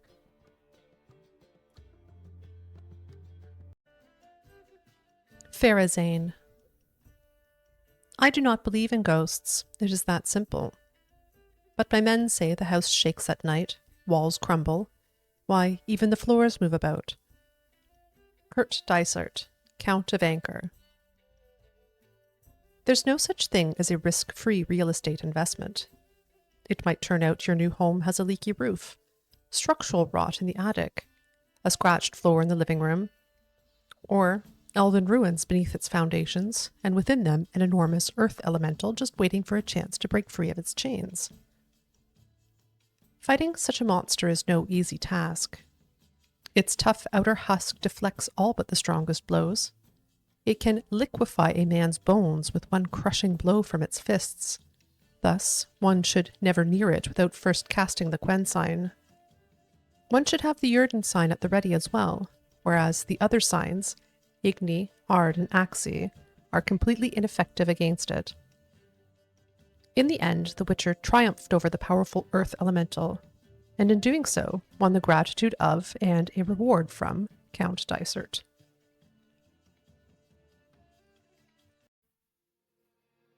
Ulfhedin. Ulfhedin? What's that? Some kind of fish? Professor Artipus Johannes Rack, geographer, disappeared during a surveying expedition in Skellige. Ulfhedin are a breed of werewolf found mainly in Skellige. The harsh and barren conditions of the Isles might explain why they primarily hunt men and are stronger than their continental brethren. Older and particularly dangerous Ulfhedin are called Vorefs. Only a few daring warriors in all of Skellige history have managed to defeat an Ulfhedin, and each of them is commemorated in ballads as a hero to this day. Like werewolves, Ulfhedin and Vorefs are active at night, particularly when the moon is at its fullest. Fast, strong, and amazingly resilient, these creatures kill with disturbing ease. Silverblade should be brought against them, as should Devil's Puffball. Take note that when near death, an Ulfhedin becomes particularly dangerous and will attack with doubled fury while calling on wolves to come to its rescue. Umbra. An umbra is merely an unclean conscience, one tormented by guilt and unforgiven wrongs. A man wallows in sin with loose women and can't sleep at night, then invents hokey about some umbra or phantom and blabbers about it at the tavern. Sabina of Dal, mystic and priestess of the prophet Lebioda. According to some philosophers, everything we do in life leaves a permanent trace in the delicate matter which makes up our souls. Evil deeds, especially harm done to innocent creatures, can torment the soul of a sinner and cause it to remain restless even after death. While traveling through Toussaint, Geralt discovered there might be a grain of truth in these theories and folk beliefs. He came across a hermit whose sleep was troubled by some invisible phantom.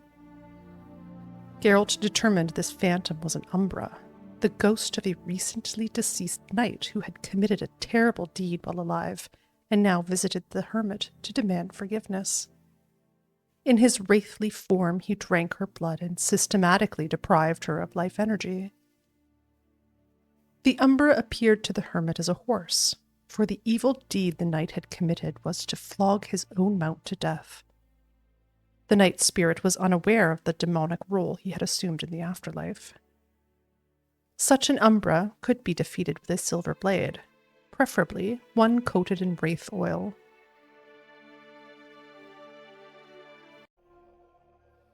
Venomous Arachase. Barely nicked me. I'll be fine. Last words of an unknown hunter. Though all Arachase are highly venomous, this breed produces an especially strong toxin. A few drops are enough to kill a grown man, unless that man is a witcher, whose mutations will neutralize small amounts of this venom.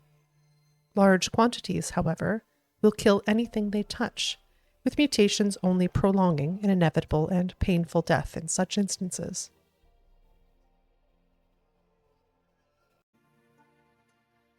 Water hags. Folks say water hags are drowners' wives. If that be true, 'tain't no wonder why they're such ornery bitches. Shemhel of Dregston. Some tales mention water hags and swamp bints masquerading as lost old women to lure travelers back to the rickety shacks they build in the wetlands. In truth, only a blind man or a sighted man blinded with drink could mistake the rank sludge and rotting carrion of a water hag's den for a cozy cottage, and the hideous hag herself for an innocent grandmother. Their wrinkled, wart-covered bodies stand nearly 2 yards tall, with skin the color of a long-dead cadaver and stinking of muck and fish. Bony growths 2 spans long stick out from their backs, with hair like a tangle of seaweed and claws that would make a werewolf proud, completing the picture. Werewolves. Wolves aren't as bad as they're made out to be. Werewolves, though, they're every bit as bad and worse. Elsa Vilga, Archer. Werewolves are creatures with both men and wolves inside them. When in beastly form, they take the worst traits from each. The wolf's strive to kill and hunger for raw flesh, and the man's cruel and calculating intelligence. A werewolf's condition comes about through a curse, and the transformations happen outside his conscious control. When he reverts to human form, he has no memory of his deeds. Otherwise, he would surely go mad and take his own life. Werewolves are active at night, particularly when the moon is full. Though they hunt alone, when threatened they will summon wolves to aid them. Werewolves rarely feel the need to flee, for few adversaries put up much of a fight against them. They strike as swiftly as lightning with claws sharp as razors and regenerate any damage received in mere moments. When fighting werewolves, a witcher should wield a blade covered in oil harmful to the cursed, and have a large supply of devil's puffballs handy. A werewolf's curse can at times be lifted, yet there is no universal surefire method for doing this. A witcher seeking to undertake such a task must therefore equip himself with a great deal of patience and sturdy armor. Wham-a-wham. Them's in walk troll house. Troll say, out mans, but they wham-a-wham troll rocks, so troll wham too. Rock troll, known as wham-a-wham. Rock trolls come across as dim-witted, ponderous, slow, stupid to be frank. It's easy to dismiss them, and even easier to enrage them. When this happens, one's best bet is to run as fast as possible, for an angered rock troll is as deadly as a thundering landslide. This truth held in the case of the massive rock troll known as Wham-a-Wham. His every blow struck like a battering ram, meaning one needed either avoid them entirely or protect oneself with the Quen sign. Its hard skin meant it was near invulnerable to sword strikes, especially those dealt from behind, where its rock armor is the thickest. The only hope for defeating it lay in taking advantage of its typical troll slowness, especially if further exploited using the Yarden sign. A certain set of Skellige miners learned firsthand just how dangerous rock trolls can be. Ignoring all warnings, they started to mine a rich silver vein in the cave which Wham-a-Wham called home. They died soon thereafter, crushed or torn to rough bits. Perhaps this was a justified act of self-defense on the troll's part. But witchers are not judges. Witchers kill monsters.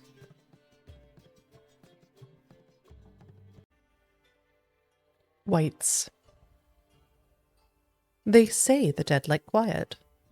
I don't know about the dead, but wights certainly do. Heinrich von Grott. The wights are ghastly and threatening in appearance. One should not approach them with sword drawn or attack them unprovoked. Left alone, they present no serious danger to anyone, and are far more interested in mixing noxious brews in cauldrons than in fighting. This species mainly lives around ancient burial sites, though they have also been spotted near more recently founded cemeteries, and wherever mass graves can be found. Wights spend the winter months in a state of lethargy very similar to human sleep. They live strictly solitary lives. In fact, it is practically unheard of for these creatures to appear in groups. Yet when they fear their territory is threatened, and it is enough for one to step foot in a wight's territory for it to feel threatened, wights transform into dangerous foes, and even abandon their solitary ways to summon other monsters to their aid.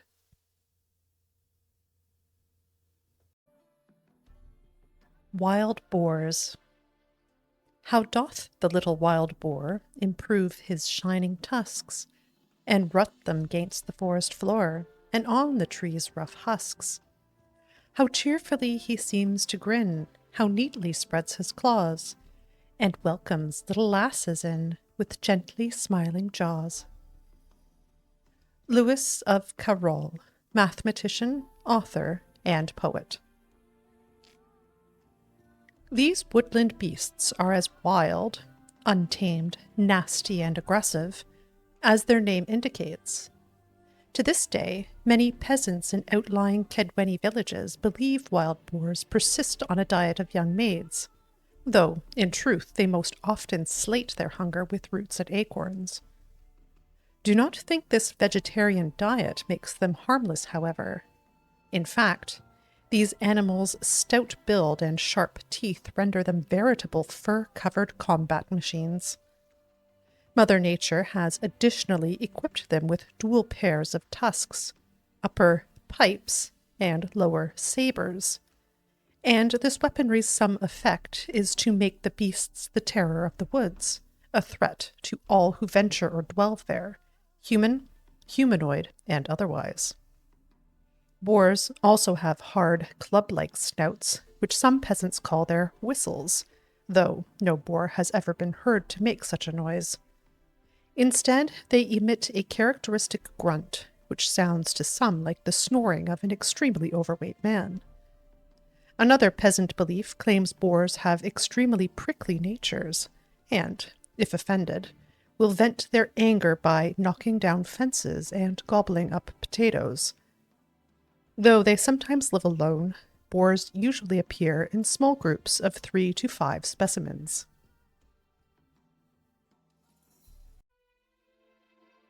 Wolves. A friend of mine used to say that with all these griffins and basilisks and whatnot, good old-fashioned wolves weren't nothing to worry about. Then the damned beasts devoured half his flock. Ingvar, shepherd. Once upon a time, wolves were the absolute rulers of the forest. Men used them to frighten children, while adults, too, trembled at the sound of their howling. Post-conjunction monsters not only pushed wolves into the deepest wilds, but also took over their place in human nightmares. Yet, this does not mean the old predators ceased to be a danger. Wolves do not have a drop of magic within them, breathe no fire, and spit no acid, but that in no way stops them from killing unwary travelers and hunters. Particularly dangerous are wargs, a nasty and ferocious subspecies of wolf, and the snow-white wolves which today can only be found in the wild highlands of the Skellige archipelago.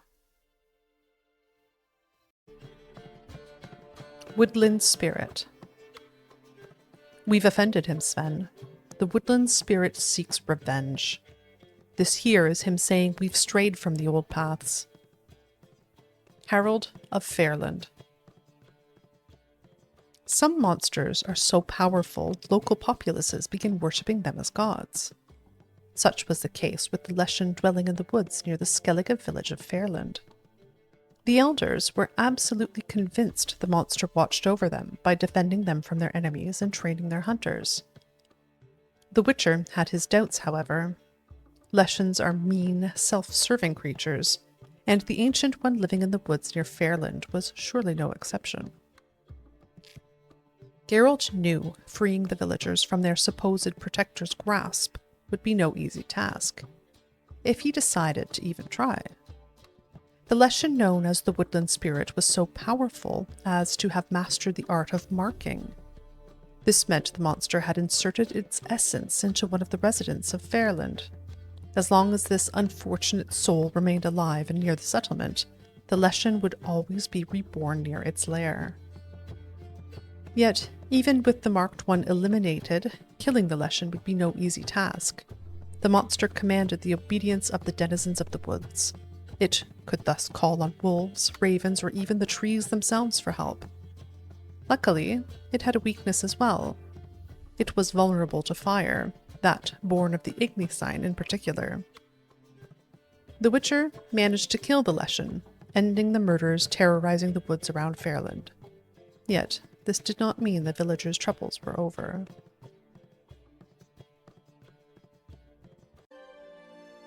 Wraiths. Finish all your business before you die. Bid your loved ones farewell, write your will, apologize to those you've wronged. Otherwise, you'll never truly leave this world. Paul Vicar, Peasant Healer, Advice to a Dying Man. Clerics and scholars are forever debating whether spirits do in fact journey to another world after death, one where eternal joy or suffering awaits. Both groups agree, however, on what happens to spirits who, for one reason or another, remain in our world after their body breathes its last. They transform into wraiths. To hear their mournful howls, one can surmise this is not a fate to be envied. Wyverns. Most dangerous of all are the royal wyverns, or, as they're called in some circles, the royal pains in the arse. Albina Totelkamp, lecturer in natural sciences at Aretusa. Wyverns are often mistaken for dragons, and, though they are much smaller than their more famous kin and do not breathe fire, they are likewise extremely dangerous monsters. Especially feared are the so-called royal wyverns, who, like their namesake monarchs, are exceptionally ornery and extremely deadly.